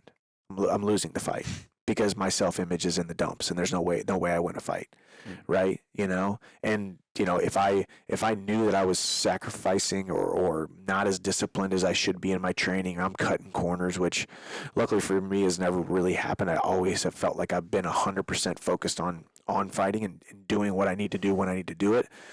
But there's a lot of, you know, there would be a lot of regret and a lot of self-deprecating thoughts if I was cutting corners and, like I said, eating donuts or skipping practices or down there drinking tequila at my place when I'm down in Florida when I'm, you know, and then that would ultimately affect my home life because my self-image would be in the dumps and I wouldn't be able to be a good father or husband. So the things that are most important to you in life will always kind of bounce off of each other. But I would never show myself graced if I was down in Florida, you know, drinking tequila and skipping practices, eating donuts. That's just wrong. That's just being a bad steward of the gifts that you have. But when it comes to, you know, feeling like I could be better as a husband or better as a father or better as a, you know, whatever, or if I lost a fight, I have to show myself the grace that I'm going to lose or that I'm going to have setbacks and whatnot, and not show myself the grace to make sure that I'm not perfect, but I want to be successful. I want to have progress, but I will never be perfect, you know? Do you think that your decision to make the jump from Bellator to the UFC was your way of maybe avoiding those self-deprecating thoughts, or maybe regret that you would have not making that leap when so many people were pushing you and telling that you should get to that promotion? Yeah. I had the vision of the 40-year-old me, you know, laying on my pillow at night, and that pillow just feeling like a rough 40-pound cinder block, knowing that I never made that decision, you know. And ultimately it is my story, the story of the walk-on. You know, had I not walked on to the University of Missouri when everybody around me was telling me, take this Division II scholarship or go to that NAIA school or whatever it is. And there was nothing wrong with doing that. But for me, I knew that there was something calling me toward Mizzou at the Division I level. And even if I went there and rode the bench for 5 years, it would have been better than not. So then years later, I thought, well, and I'm 34 years old at that point in time. I'm 36 now. 2 years ago, I thought to myself, Michael, if you were able to make that decision as an 18-year-old, and that was the best decision that you have ever made in your entire life from an athletic standpoint, why are you now not going to make that decision as a much more seasoned, much more mature veteran of the sport, realizing that it's probably going to work out. If it doesn't work out, at least you tried. And I was 100% completely content with me going to the UFC, losing my first fight, losing my second fight, getting cut, and everybody saying, I knew you weren't that good. I was content with that. I was content with that happening. I was so not content that, but I was, if that would have happened, at least I knew I tried. Obviously, here we are, 2 years later, and it's worked out really well and had some great, massive fights, some wins, obviously a couple of losses, but you're fighting the best guys in the world. I just knew that I had to go. And that was a beautiful thing too. I mean, when you talk about a supportive wife, I mean, my wife works obviously, and she brings home income, and it's a great income. But she even said we thought we were willing to go to the UFC and take a pay cut, and so we're basically losing money to go to the UFC. She still said, "You got to do it." She's like, "I know you better than you know yourself. You have to do this." And these are the kind of till death do us part, for richer, for poor, in sickness and in health type of things that we talk about, that you just find, and you just pinch yourself every day that it doesn't make sense how you got so lucky. But yeah, I had to make that decision. I had to essentially walk on all over again, and it's been the best. Now this was probably the best decision that I've made in my athletic career, but it was only because I made it back in 2004 when I walked on the University of Missouri. What sort of things are you visualizing about, the next, say, 5 years of your career, and then just things you're doing outside? Like, what's really getting your focus and capturing your attention, whether it's a fight, some boxes that you just haven't checked yet with your career, or things afterwards? It's a good question. I think for the rest of my career, I want big fights. We'll see how kind of obviously I visualize that fight with Conor. I think the fight with Conor is going to be massive. I want to speak like it is actually happening, but I think it's going to be massive. I think I've got a lot of buzz. He's obviously Conor. He is buzz. And big fights, big opportunities, and big stages. I do think, if the Conor fight happens next, or in 2 fights, or whenever it is, I still think there's some fights in there that are going to get me close to the title, winning the UFC title. And then when I do hang the gloves up, I will have already been speaking on stages, maybe have a book written, podcast started. We got the fitness app, Walk on Fitness, making an impact through speaking, gathering, and teaching, just people who have seen my story over the years, and kind of like what Dave Meltzer says, make a lot of money, have a lot of fun, and help a lot of people, and finally, I think, lean into the relationship capital that I've created over the last 10 years, the reputation and relationship capital that I've had over the last 10 years with some of the biggest business leaders and business influencers on the planet, where I can finally kind of lean into it and say, hey, I'm done fighting. Let's start doing business together. Let's help a lot of people. Let's make a lot of money. Let's make a huge impact. Let's give back. Let's help a lot of people. And then watch my boys grow, support the heck out of them, be at their games, be at their practices, continue to make my wife the happiest woman on the planet.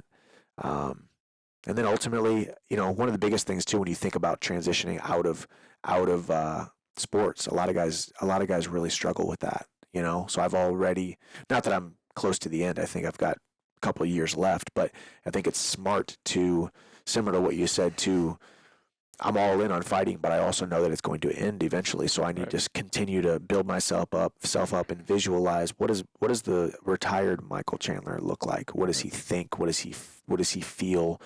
how happy is he? How fulfilled is he? How joyful is he? How pleasant is he?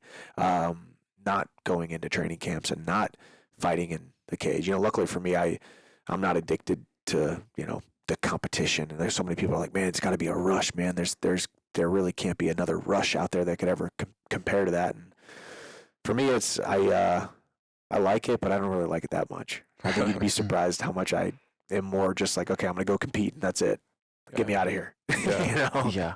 Yeah. It seems like there's certain people where it's like competing is just their ethos no matter what they do. I think they said Kobe was like that. Even after he hung up, he retired, like he was all in on like becoming the best author and building this media company and stuff like that. And it seems like you have that mindset with business too, and just that next chapter, which I'm sure is amazing, where it's like you were saying at the University of Mizzou, like when you pulled off the singlet, you felt like you could have done a lot more, but there was this relief and like this excitement for what the next chapter is. So you think about the amazing career that you've had, there's still so much more for you to accomplish, but I'm sure that's confident for you too, knowing that like the next chapter is going to be even better probably than your fighting career too. It just keeps getting better. Yeah. And that's the beautiful thing too about being around people that you want to be like, or guys that you admire. And I've had so many people, it just blows my mind the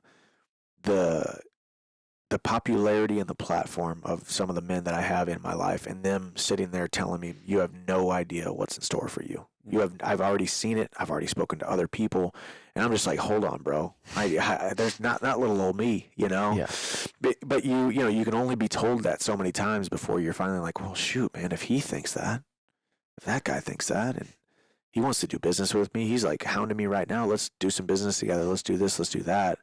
And I'm like, holy cow! It's just, eventually, and I actually talked about this too. There's a kind of, if you imagine a chart or a graph where you got to build up your reputation so high and focus on your reputation, where finally where your platform intersects. For me, for a long time, my reputation was very.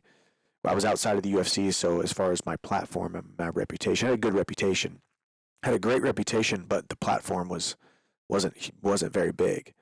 So you keep your really great reputation until that platform just explodes like it has when I came to the UFC. And then it's now more people see you than people who have heard about you for the last 5 years, but you weren't that, big of a deal, if you will, I guess. It was just kind of mind blowing to me when I went to the UFC and people were like, oh, you're cool now. And I'm like, man, I've been doing the exact same thing my entire career. It's just now on a much bigger stage, but that's the beauty of having a huge platform and being a good employee and realizing being grateful for the platform that you have. I was always a good employee for Bellator, never badmouthed them. I'm a great employee for the UFC. And, Jocko Willink talks about in his book, I think it's called like The Rules of Combat or something like that, where he talks about being a commanding officer. The only way you become a commanding officer is by being a very good subordinate, a very, very good subordinate. If a guy comes into the military thinking he's going to be a commander and starts acting like a commander, or not being a good subordinate, he will ultimately fail and not get to that leadership level. So I've always just looked at myself as a guy like the old Jim Rohn quote. I've said it a million times. I love it, where he says they'll pay you $4. They'll pay you $4 to take out the trash at McDonald's, or they'll pay you $4 to work at McDonald's, but they'll pay you $4.25 to take the trash out with a smile on your face. Yeah.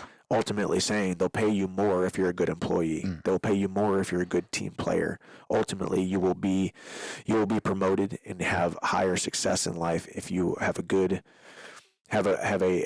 clean, positive demeanor about you. You have a good attitude. You're a good team player.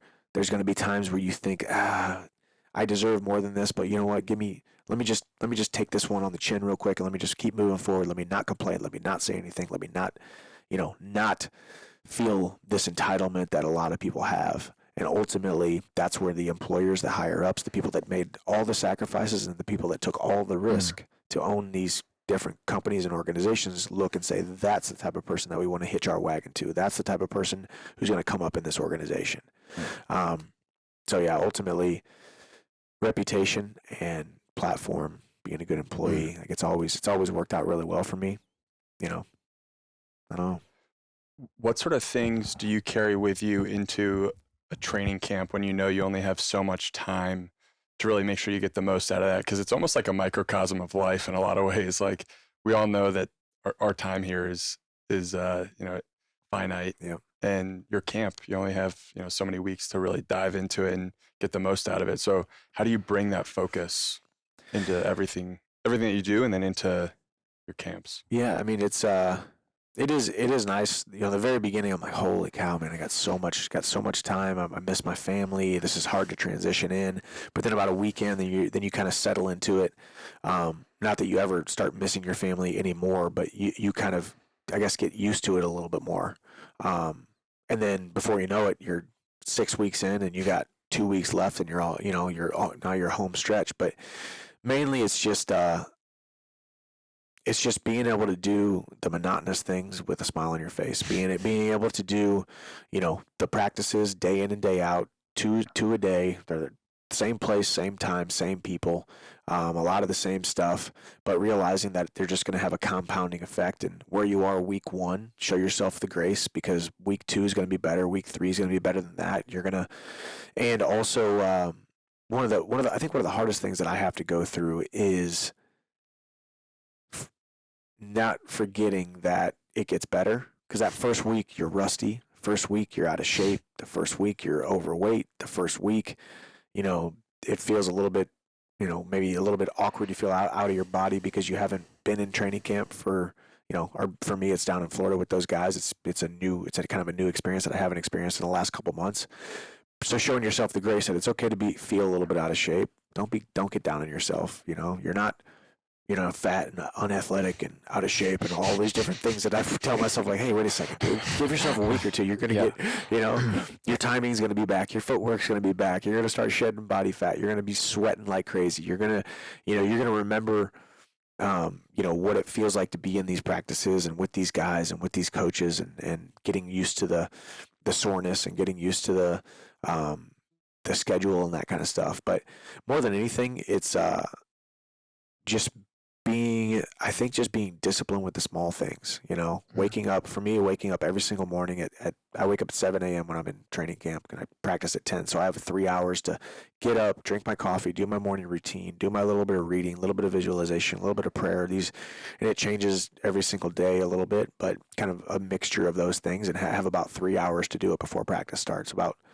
2.5 before I have to leave, where I can just get up, walk outside, maybe get the sun on my face, and then train hard, and then recover, work on some things, and then go back again. And I think that's just the blessing and the curse of it is monotonous, but when you can embrace the monotony, embrace the Groundhog's Day, and then just be extremely disciplined with supplementation and vitamins and that kind of stuff every single morning and every single night. Being disciplined with my diet, making sure I'm not cutting corners on my diet, because ultimately the weight cut and the weight loss and the weight journey is probably harder than the training itself. Right. Going from where you are at the beginning of camp down to 155, it's not easy. And my attitude and my positivity and joy and zeal about life has a lot to do with where my weight is on the scale, which is unfortunate as well. That's why hopefully my next fight's at 170. We'll see. One of the things that we were saying is, because we've both done some Ironman triathlons together, and we were saying that it almost feels like you learn more about yourself from the whole training camp and those long brick sessions than you do the race itself. And I'm just curious, do you ever, is that something that you feel with your own fighting career? Do you learn more about training camp than the fight, or do they both kind of have their own distinct place as a learning tool? Yeah. I mean, ultimately, the process is so much more important than the destination. It really is. I mean, because ultimately, what you guys saw last time I fought was, 13 minutes or something? 13 total minutes, right? And I trained for, 8 weeks for that fight, twice a day, 5 days a week, 6 days a week, and it was 13 minutes of me actually inside the cage, which is the unfortunate part about it as well. I mean, if damage wasn't a thing and you could fight, me and Poirier could fight 5 times to at least see who the better man was. We had that one shot, that one chance, that one fight, and obviously I lost that one. But then the fight before that, I beat Tony Ferguson. But maybe me and Tony Ferguson fight. Who knows how many times he beats me, how many times I beat him. But ultimately, yeah, what is the quote? The man who loves walking will walk much further than the man who loves the destination, right? Yeah. You know, the destination is that fight night. The destination is the opportunity, the bright lights, the platform, the fight itself. But I really do love the process, because ultimately I look at it and think, what else would I be doing? You know, I can see a life like we talked about earlier. What am I visualizing for the next 5 years, 10 years? You know, me speaking on stages and writing a book and having a platform and coaching and teaching and doing all these different things. But that wasn't my reality had I not built a platform via mixed martial arts. You know, if I had just used my degree and went into the workforce, I'd be, you know, selling stocks and bonds or doing something like that, because I had a personal financial management services type of degree. Maybe be doing some real estate. So ultimately, not that that's a bad career or something I don't want to do, because I will utilize that in my retirement or in my post-fight career. But ultimately, what else would I rather be doing? I train and practice and eat healthy for a living. You know, I get paid to do that. You know, I get Most paid. guys' dream. Yeah, you know, I get paid to go fight, but in order to do that, it's two months of just getting in the best shape of my life, getting ripped and getting, you know, I don't know, just being put on a platform and getting to do these interviews and getting to be on the microphone and getting to having these opportunities. And that's why ultimately I think about who I'm going to be, because I've said that numerous times in interviews, and just say, you know, eventually the interviews are going to stop happening. The phone is going to stop ringing with, you know, the reporters who want to do the interviews and that kind of stuff. Eventually those things are going to stop. So ultimately, who am I? Whose am I? And how much do I love myself? How much do I love what I have built? How proud am I of the masterpiece that I've painted over the last 14 years as a mixed martial artist, you know? Yeah. Do you think you've discovered your potential with where you're at in your career? You know, I think the potential has changed here and there, up and down throughout the entire career. I think for a long time, I think I had a lot more physical talent than I led on. Now I think I still have that physical talent, but I think I've leaned in more to the mental aspect of things even more now. Maybe that's because it's a bigger platform. Maybe that's because fighting in the UFC, the best guys in the world, you know, takes a lot more mental fortitude than it used to, I guess.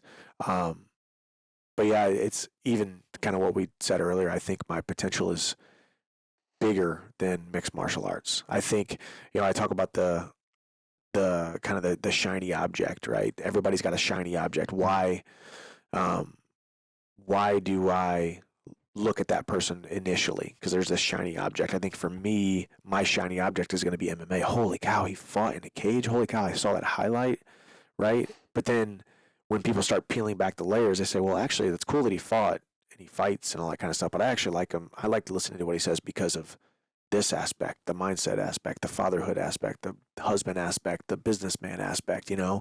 So really realizing that I've been put on a platform now, and that mixed martial arts will be a really cool kind of shiny object that will initially catch people's eye, and then ultimately they will, you know, continue to follow what I'm saying, or it resonates with them what I'm saying, because of, you know, I can't sit here and talk about MMA. I really rarely talk about MMA. You know, if Connor and I have talked about that, I'm like, man, if I could just sit in a chair and talk about MMA like Chael Sonnen does, and break down fights and do all that kind of stuff, I would probably have a really large following within mixed martial arts, but it's not really my passion, I guess. You know, I think I'm more just a little bit, I guess, more practical / deeper than that, because ultimately my passion is to talk about what's going on inside the heart, what's going on inside the mind, and not just the X's and O's of mixed martial arts.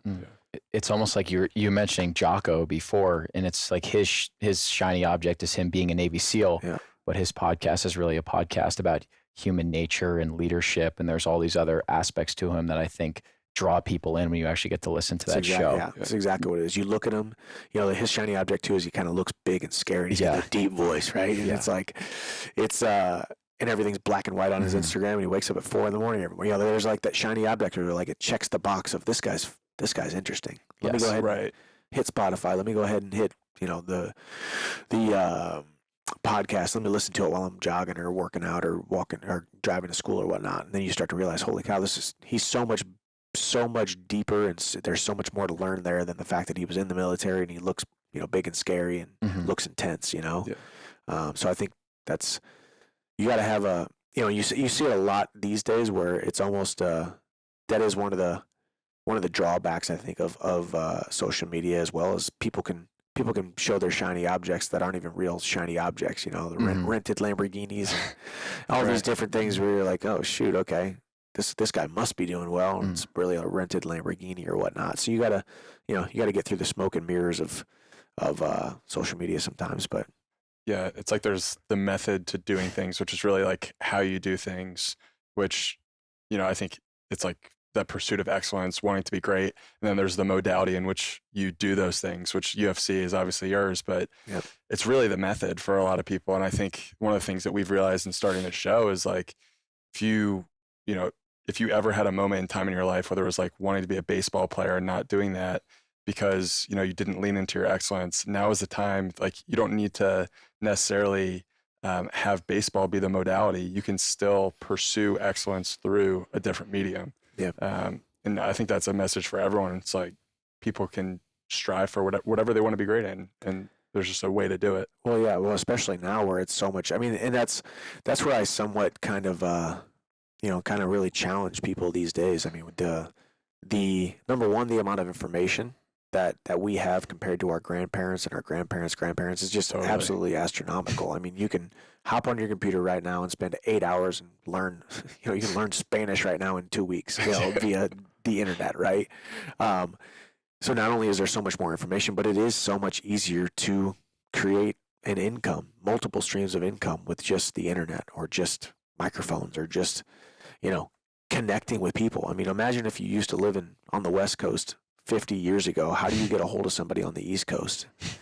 How hard was it to set up a meeting? Whereas now I can meet with you guys. I mean, look what we just did. We made this whole thing happen in 4 or 5 days or whatever it was. 100%. You guys come into town and hop on a Zoom call and interview anybody around the entire world, you know, at the click of a button, you know. So that's where I start to challenge people too, is everybody wants to say, well, it's just so hard and I just don't know what to do. It's not that it's hard. It's definitely not hard. You do need to have a plan. You need to find somebody who has a plan and then follow said plan, and then, you know, fall on your face a couple times and figure it out, and then it'll keep on getting better and easier.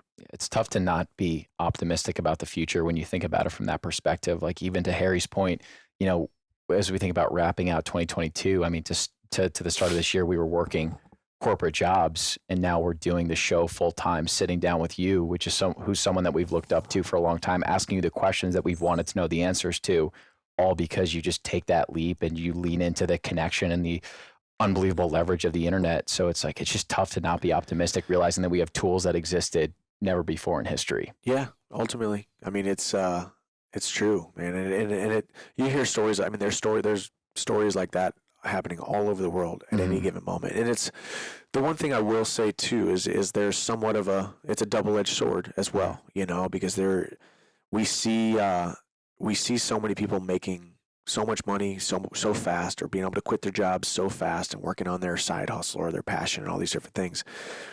Ultimately though too, there has to be a certain amount of time that it's good for you to be in a season of, I want to be doing that, but I have to do this right now. No, my job is not fun. No, my job does not fuel my passion. No, I do not like my boss. Yes, my boss is breathing down my neck. Yes, Monday I have a deadline and I have to work overtime to get it done over the weekend. And there has to be that certain kind of transition too, and that building up of your character, the following through of your first goals. If you're a subpar employee at a place right now, just because it doesn't fuel your passion and you want to be doing something else, as soon as that passion starts to fizzle out a little bit and it gets a little bit hard, you're going to revert back to the things that you're doing right now. Yeah, you're a small person as a number in a big corporation who you're underpaid and overworked. Yeah, but sometimes you need to go through that. You know, you need to go through. You know, if you look at my kind of journey, I needed to go through the sport of wrestling in order to build myself up into the mixed martial artist that I am, mentally, physically, spiritually, in order to be on the biggest stage, you know. Very, very rarely, even though it is easier and you might find success, you might find a lot of money, there's people making millions of dollars on video games right now, you know. And that's a legitimate way to make a lot of money and have a lot of finances for however long it works. But ultimately, I think there's going to be somebody listening to this right now that's in a job that they feel like is dead end. They don't really want to go to work because they'd rather be doing something else, and that's okay. That's okay. We've all been there. We all have been unhappy with our jobs. We've all been unhappy with our roles. We've all been unhappy with our higher-ups, our bosses. But ultimately, as we said, when you go back to that Jim Rohn quote, they'll pay you $4 to work at McDonald's, but they'll pay you $4.25 to take the trash out with a smile on your face. And ultimately, you got to go through a season of taking the trash out with a smile on your face in order to get to the man or the woman that you need to eventually become, from a maturity standpoint, from a discipline standpoint, from a standpoint of just being happier, healthier, and harder to kill in order to move into the leadership role that you want to be. I mean, I think we live in a society now where we all want to be our own bosses. We don't want to have anybody telling us what to do and where to be and how to do it. But ultimately, just like we talked about Jocko's book, ultimately to be a commanding officer, you have to first be a really good subordinate.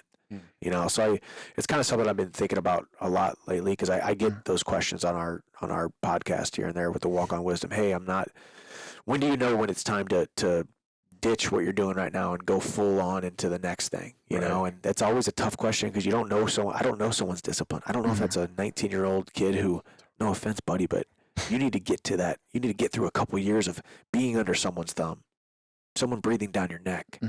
Having a deadline. Do you show up to work on time? Is your hair done? Did you brush your teeth? Like these things that ultimately seemed like commonplace when I was a kid or when my parents were kids, but now it's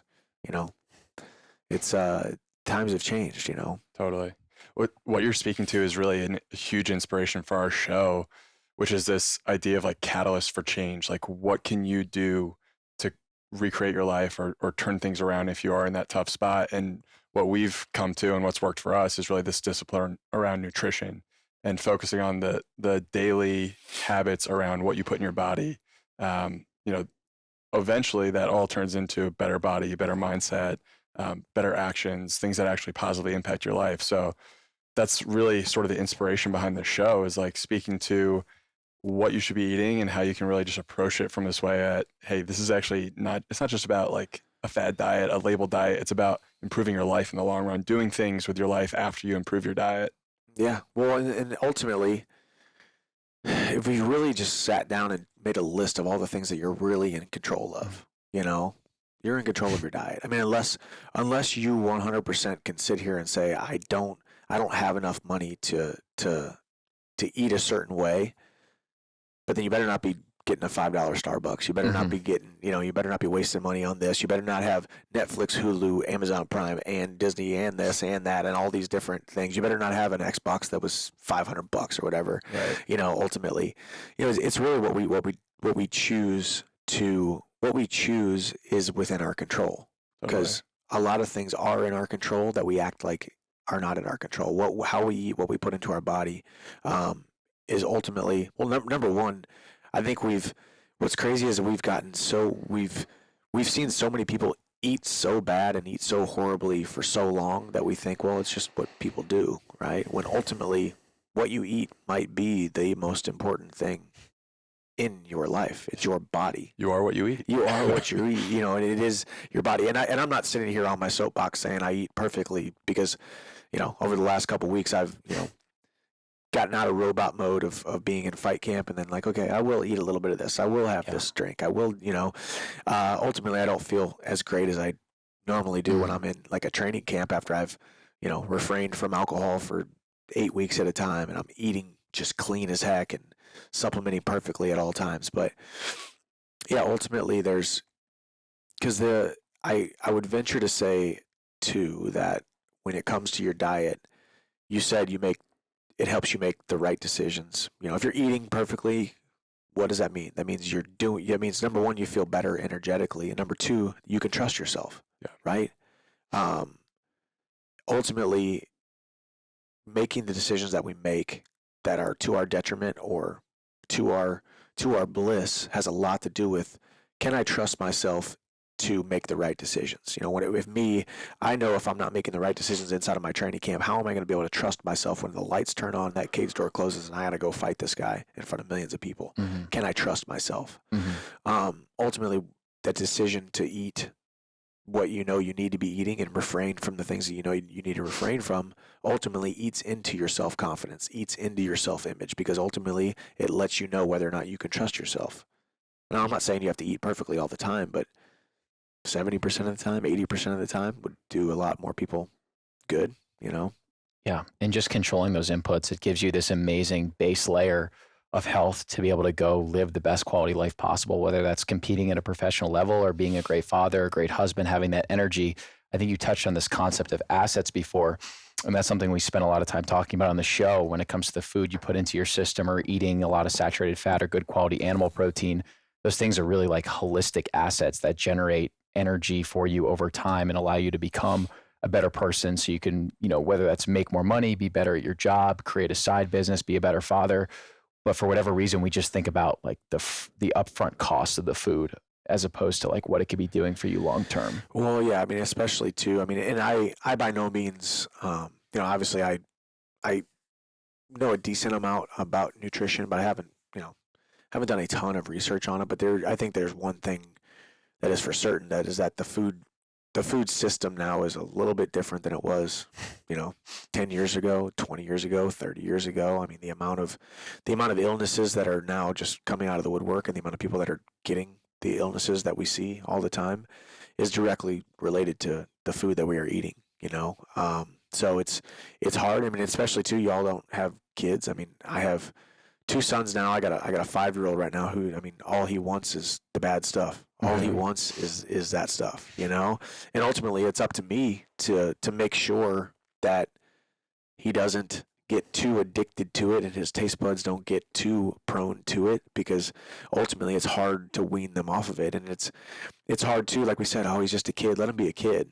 But then if you really start thinking about it, he's just because he's a kid doesn't mean he needs to have carcinogens, doesn't mean that he needs to, enjoy this and have this momentary bliss. Because ultimately too, if you can have that much bliss via food, what else are they going? What are we teaching them intrinsically and subconsciously that it's that easy to just go find satiating things in life? And ultimately, in a world where there's so many different pitfalls and things that are at your disposal and fingertips that can give you a momentary endorphin rush, it's crazy when you really start, because I think I've been thinking a lot more about food and how I want my body to feel and look like, and how I want to take care of it. Ultimately, when I hit 30, I realized I was on the other side of 30, and then also starting to have kids, you start thinking about these things, especially, right? So yeah, there's just that relationship between making the right decision or making a more healthy decision in order, not just for the happiness of my current day. We've all eaten stuff and it felt like crap and it ruined our day. I'm just talking about overall health, but also long-term health. Yeah. I'm sitting here, we've sat here for however long saying I want to be the best father and husband that I can possibly be. Well, I can't be a great father and husband if I'm in a hospital bed, if I'm not on this earth anymore, So yeah, just thinking about the long-term effects of the food and the food that we eat. Yeah, it's almost this way to like figure out how to manage dopamine in your life. Yeah. Just being able to control those inputs, like Brett said. It's like, if you can't control that, it can be a runaway game. Yeah, runaway game, and then what are you reinforcing? Oh, I did it again. Yeah. I can't trust myself. Yeah, I did it again. I can't trust myself. Okay, now I got this big presentation at work. Your greatest moment of opportunity at work. Can you trust yourself? Well, subconsciously, you're not thinking about the whole bag of Cheetos that you ate the day before, but you subconsciously told yourself, well, you can't trust yourself, and I eat the whole bag. You said you'd eat 6 of them, and you didn't. And food is such a tough subject too, because it really is a mental game, and it's more tied to self-image than we think it is, and we all have those moments where we're just like, forget it, man. I want to eat it today, But then 2 things I will say. Number one, we underestimate how easy it is after about week 2-ish, First day is really, really hard. Second day is really, really hard. Third day, you know, you're getting irritable, you're getting angry. And then before you know it, like, because I do it all the time, I go into training camp. I mean, I go from having kind of my last hoorah where it's kind of like we maybe have like a party, a going away party, or like maybe we had just left Iceland before this last camp. I came home for like 2 days and then went to training camp. So, you know, I'm having some alcoholic beverages and, you know, just enjoying myself, right? And then I go straight into completely sober for 2 months and not eating bad, you know, any carbs really whatsoever when it comes to starchy carbs and whatnot, just really eating meat and vegetables here and there and fats. And it's tough for the first week or so. And then all of a sudden, week 2, you kind of settle in. You're like, wait a second, I don't even really crave a tequila margarita anymore, you know? And then it just becomes easy, you know? And then also, just like we're doing reps in the gym and just like we can be really proud of ourselves for certain things. I was proud of myself yesterday. We were dropping some presents off for somebody in Murfreesboro, which is like 35 minutes away from here. So it's not close, but Hap was like, hey, can we go to that one place where you sit in your car for a few minutes when you wait for it? And we're like, what are you talking about, buddy? We passed the Sonic on the way there. We passed the Sonic on the way there. So we got him Sonic, right? You know, we got him a little burger and some fries or whatever. And he's like, Daddy, are you going to eat anything? I was like, no, buddy, I'm not going to eat anything because I knew I had a steak waiting for me at home and I was just going to eat that. And I don't say that to brag. I just say that there's also those moments where you can be like, you know what? I'm going to pat myself on the back. I definitely looked at that burger. I was like, Sonic burgers are pretty freaking good. And you're playing that like devil on one shoulder, angel on the other shoulder. You're like, it is Sunday. Like, might as well just, you know, diet starts on Monday. But and I don't say that to impress, like I have this perfect discipline or will, because definitely I don't, you know, over the last couple of weeks. But you just have those moments of those little small victories. Yeah, totally. You know? That's kind of the beautiful thing about going carnivore or any diet where you're just taking full control of your inputs, is that it reminds you what food is actually supposed to be. It's supposed to give you energy. It's supposed to be nourishment. And like you'd mentioned, once you go carnivore, any type of diet, after a few days, it's almost like you finally get out of this metabolic rut and you rewire your taste buds and you enjoy the saturated fat. You want the butter, you want the salt, you want the red meat. And then after day 4, let's just say you feel amazing. It's like your vision gets sharper. Your anxiety maybe goes away a little bit. You actually see gains in the gym, and then you focus so much on how you feel from the food versus how it tastes. And so much of us our perception on food is just like it's mouth pleasure as opposed to nutrition and nourishment. For sure. And I think the one thing, and I completely agree with all of those things, and also the one thing as well that I loved about carnivore was like, hey, what are you eating tonight? What am I eating tomorrow? And the next night it's like the exact same thing. Yeah. It's either steak, a certain different cut of steak, or I was going to do some ground beef, and it just also simplified things. You know what it did too, and it depends on where you're at in life and what stage of life you're in and what you really love. Do you love a home cooked meal with, you know, because there was a while too where it was like, we always have different transitions going on in our lives. Like even I think after my last camp, my wife was on maternity leave because we had just adopted Ace, you know, right before my last fight. So she was on maternity leave. She was home more, working less. So she was cooking more.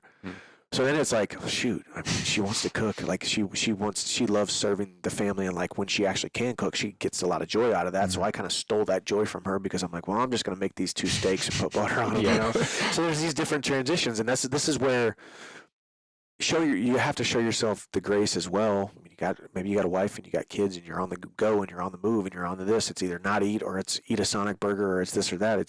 It is the fitness journey, the diet journey, the nutrition journey. It's possibly one of the hardest things in life, really, ultimately, because of the lives that we live. But I do love the simplicity of it. And I do love, I'm probably going to do it again tonight. I'm going to pull out 2 steaks. I know you guys were just at White Oak Pastures. So I have carnivore crisps that we've talked about. They sent me some tomahawks. Oh, nice. And then we have a local place here in town called Tennessee Grass Fed. They were in Clarksville, which is not far from here. So I have some New York strips from them, and then some ground beef from them. So, and some liver. Getting the good stuff. So I'm gonna get the good stuff. But you haven't had raw liver yet, though, right? I haven't had raw liver. Is it just like a squeamishness thing? Do you think? I think I don't know. I just haven't had the opportunity. I mean, I guess I've had the opportunity because I've had raw liver in front of me. I just haven't cut it up and taken a bite. Yeah. What was your experience on carnivore? Did you find your performance was still like as tuned up and as sharp as it usually is? I will say I wasn't in training camp. so obviously I'm always training, but I will say, man, I was the leanest I've ever been between camps when I was trying to just do carnivore. I really, really was. You know, it was I just didn't get that kind of residual little bit of extra fat, and also just I think I retained less water as well. You know, so I don't know if it was the extra fat or I looked less fluffy and puffy, if you will. Yeah. You know, and I really wasn't able to work out that much back then either, because that was after the. Oh no, that's not true. I was working out a pretty decent amount, because that was after the Tony Ferguson fight.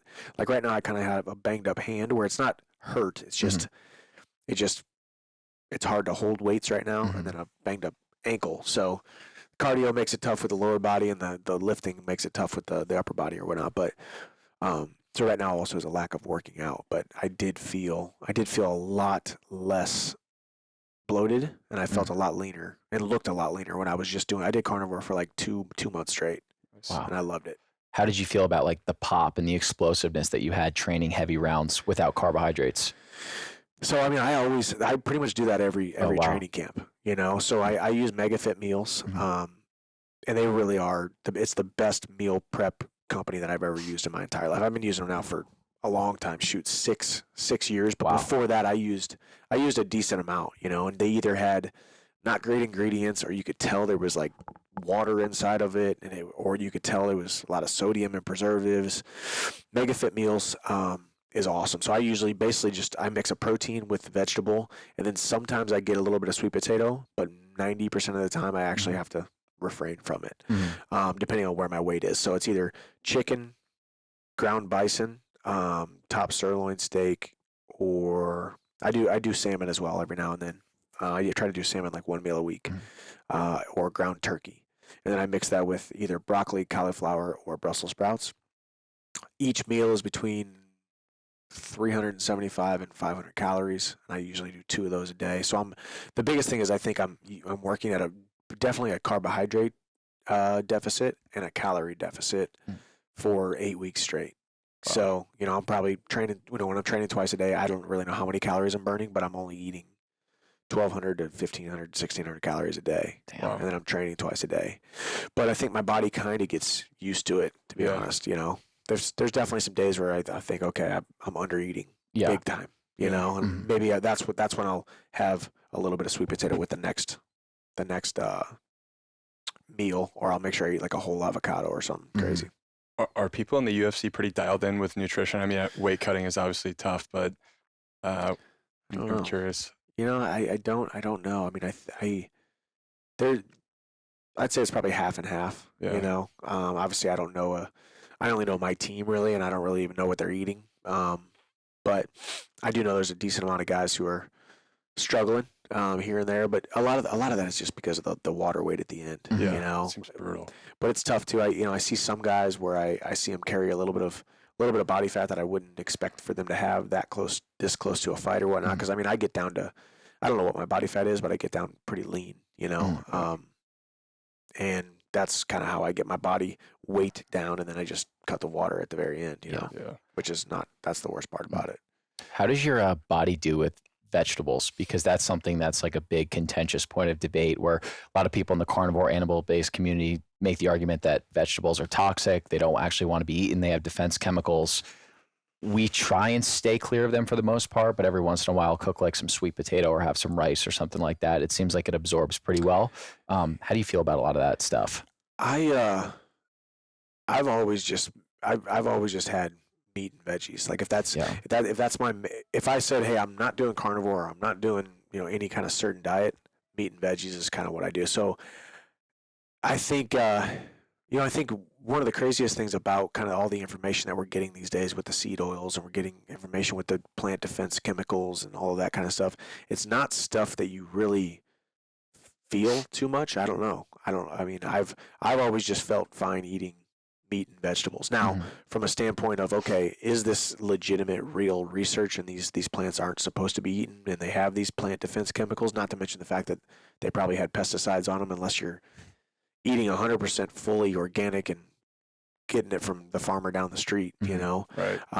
That's the kind of the scary stuff. You know, that's where I look at it and think, man, at some point you just get paralysis analysis, and you're just like, I'm either not going to eat anything at all, or I'm gonna, go only to Farmer John next door or down the street and get the eggs from there or whatnot. So I've always felt good eating vegetables, but obviously I've been seeing all the people come out and talking about all that stuff, which is kind of crazy. But it's one of those things that makes a lot of sense if it's a plant and it's got defense chemicals because it doesn't want to be eaten, but the animals eat it anyway, right? Yeah. So I feel like I'm pretty good with the sweet potatoes. It's like the dark leafy greens and like the cruciferous vegetables. That's what bothers me. I don't know if you've noticed any of that or not, but I ate a lot of broccoli. Yeah, and you feel good. I ate a lot of broccoli in camp, especially. I mean, broccoli, asparagus, Brussels sprouts are probably my 3 favorite vegetables. And I love sweet potato. Like if you said, hey, you're dying to go into heaven, you got one meal left. It's like a 24-ounce marbled ribeye, medium rare, and a big old sweet potato. But more than anything, I mean, I would rather just skip the sweet potato because of the extra carbs, and then I would just go with a vegetable. Yeah, a lot of it is just in the preparation. We had this guy, Dr. Bill Schindler. I don't know if you know who that is. You guys would get along. He's a badass. Really? And he foraged for his own food for a year. And which is insane. Like fed his whole family foraging. Wow. And he just talks about how plants, it's really all on the technology and that we use to cook things down. And it's just interesting seeing the world of nutrition kind of evolving through some of these conversations. Well, isn't there even when you talk about preparation, you're preparing a meat? Was it Dave Asprey or was it the Primal Kitchen guy who was talking about the charring of meat as well? Did you guys hear that at all? What, just how it can be like carcinogenic? There was something about how we're cooking our steaks and actually like searing them and making it that crispy kind of really cooked outside of layer of a steak. No, I don't know if you guys have heard about that. Well, like the char is carcinogenic almost. Yeah, I love the char, and I feel good when I eat the char. So I tried the heck out of it last night. I did a pretty good job. Not gonna lie. Yeah, it's interesting too. We've talked about this with nutrition. There's almost like an over sciencing of nutrition, where it's like, especially with carnivore and things like that, a lot of this stuff is anecdotal where people experiment with different things. We have conversations like this. Vegetables work for you. Maybe they don't work as well for me, but we figure out what works best for our body. Yeah. And it almost seems like we've gotten away from that, where it's like everyone needs like a peer-reviewed study or like needs something published in a medical journal versus like this intrinsic understanding of what makes your body feel really good, which that sounds like that's something that you obviously incorporate. Yeah. Well, I mean, and then there's got to be certain things that are binary and certain things that can be anecdotal based upon how your body feels. I mean, there's no doubts about certain things that we're putting into our body. There never should be like but I can handle it. And who knows, like you and I can have the exact same diet for however many years. You could end up with cancer or end up with type 2 diabetes, and I might not, or vice versa, right? So you never really know. I feel like that's the hard part about it, is it all really is just a crapshoot. I mean, we all have heard those stories of the 90-year-old guy who has smoked cigarettes, drank bourbon, and ate fast food like almost every single day, and he lives till he's 90. It's insane. And then you got the girl next door or the guy next door who ends up getting cancer at 26. Like you have no idea. We have no, and that's kind of the, operating in faith. Believing that confident expectancy, believing that good things are going to happen and your family is protected and you're protected and you're fine, but also trying to make decent decisions with your nutrition, or at least being somewhat informed, but also not getting all of your information through anecdotal Instagram people, but not getting all of your information through 100% backed by the medical industry, backed by science, backed by the pharmaceutical companies. I mean, that's where we've been these last couple of years too, right? Where it's you can get information from a Harvard doctor who is also getting his pockets lined by the pharmaceutical industry, but then you could also have this kind of crazy cuckoo person over here who's talking about liver and talking about this, that, and the other thing, anecdotal, and doesn't even have a high school degree, but might actually know more than this person, and vice versa. It's kind of that is the blessing and the curse of all of the information that we have at our disposal these days, and you don't really know, aside from the fact that try to make the best decision you can with the information that you have and trust the people that you can believe. But then again, who can you believe? That's perfectly said. Perfectly said. You mentioned faith, and I think maybe just like a perfect way to wrap up the conversation is just talking about how that plays a role in your life and just what it means to you to be a man of faith in everything that you're doing. whether it's UFC, business endeavors, family?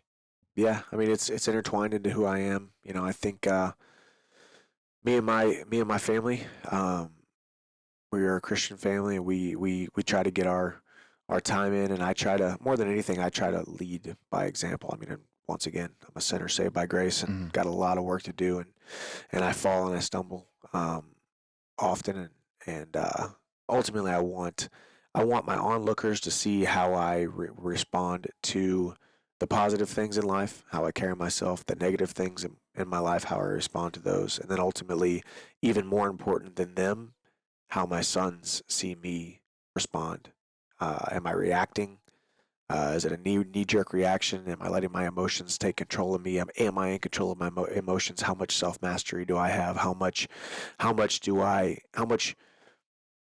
discipline and faith have I put in the bank in order to be able to respond like a mature man should? You know, ultimately we are not called to be perfect. Ultimately, we are called to be here on this earth and touch as many people as we possibly can, make an impact, and really lead and take care of our household first.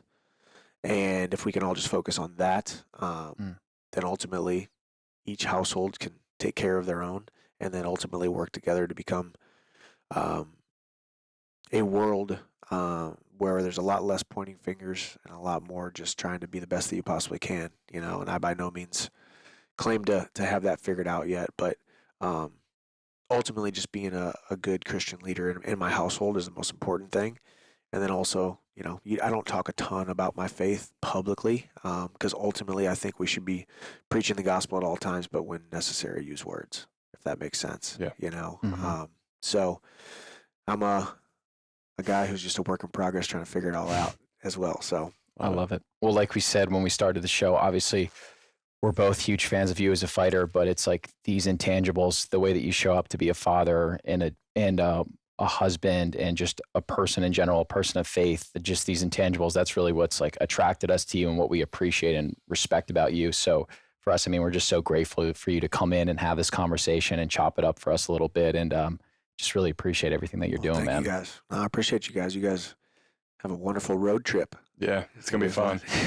It's going to be fun. We have a little bit of a drive here into Virginia, but yeah, there you go. A few more stops. Well, yeah, thank you guys for having me. This is a lot of fun. Thanks for all the good questions. Yeah. Appreciate it, Michael. Thanks, guys. Cool.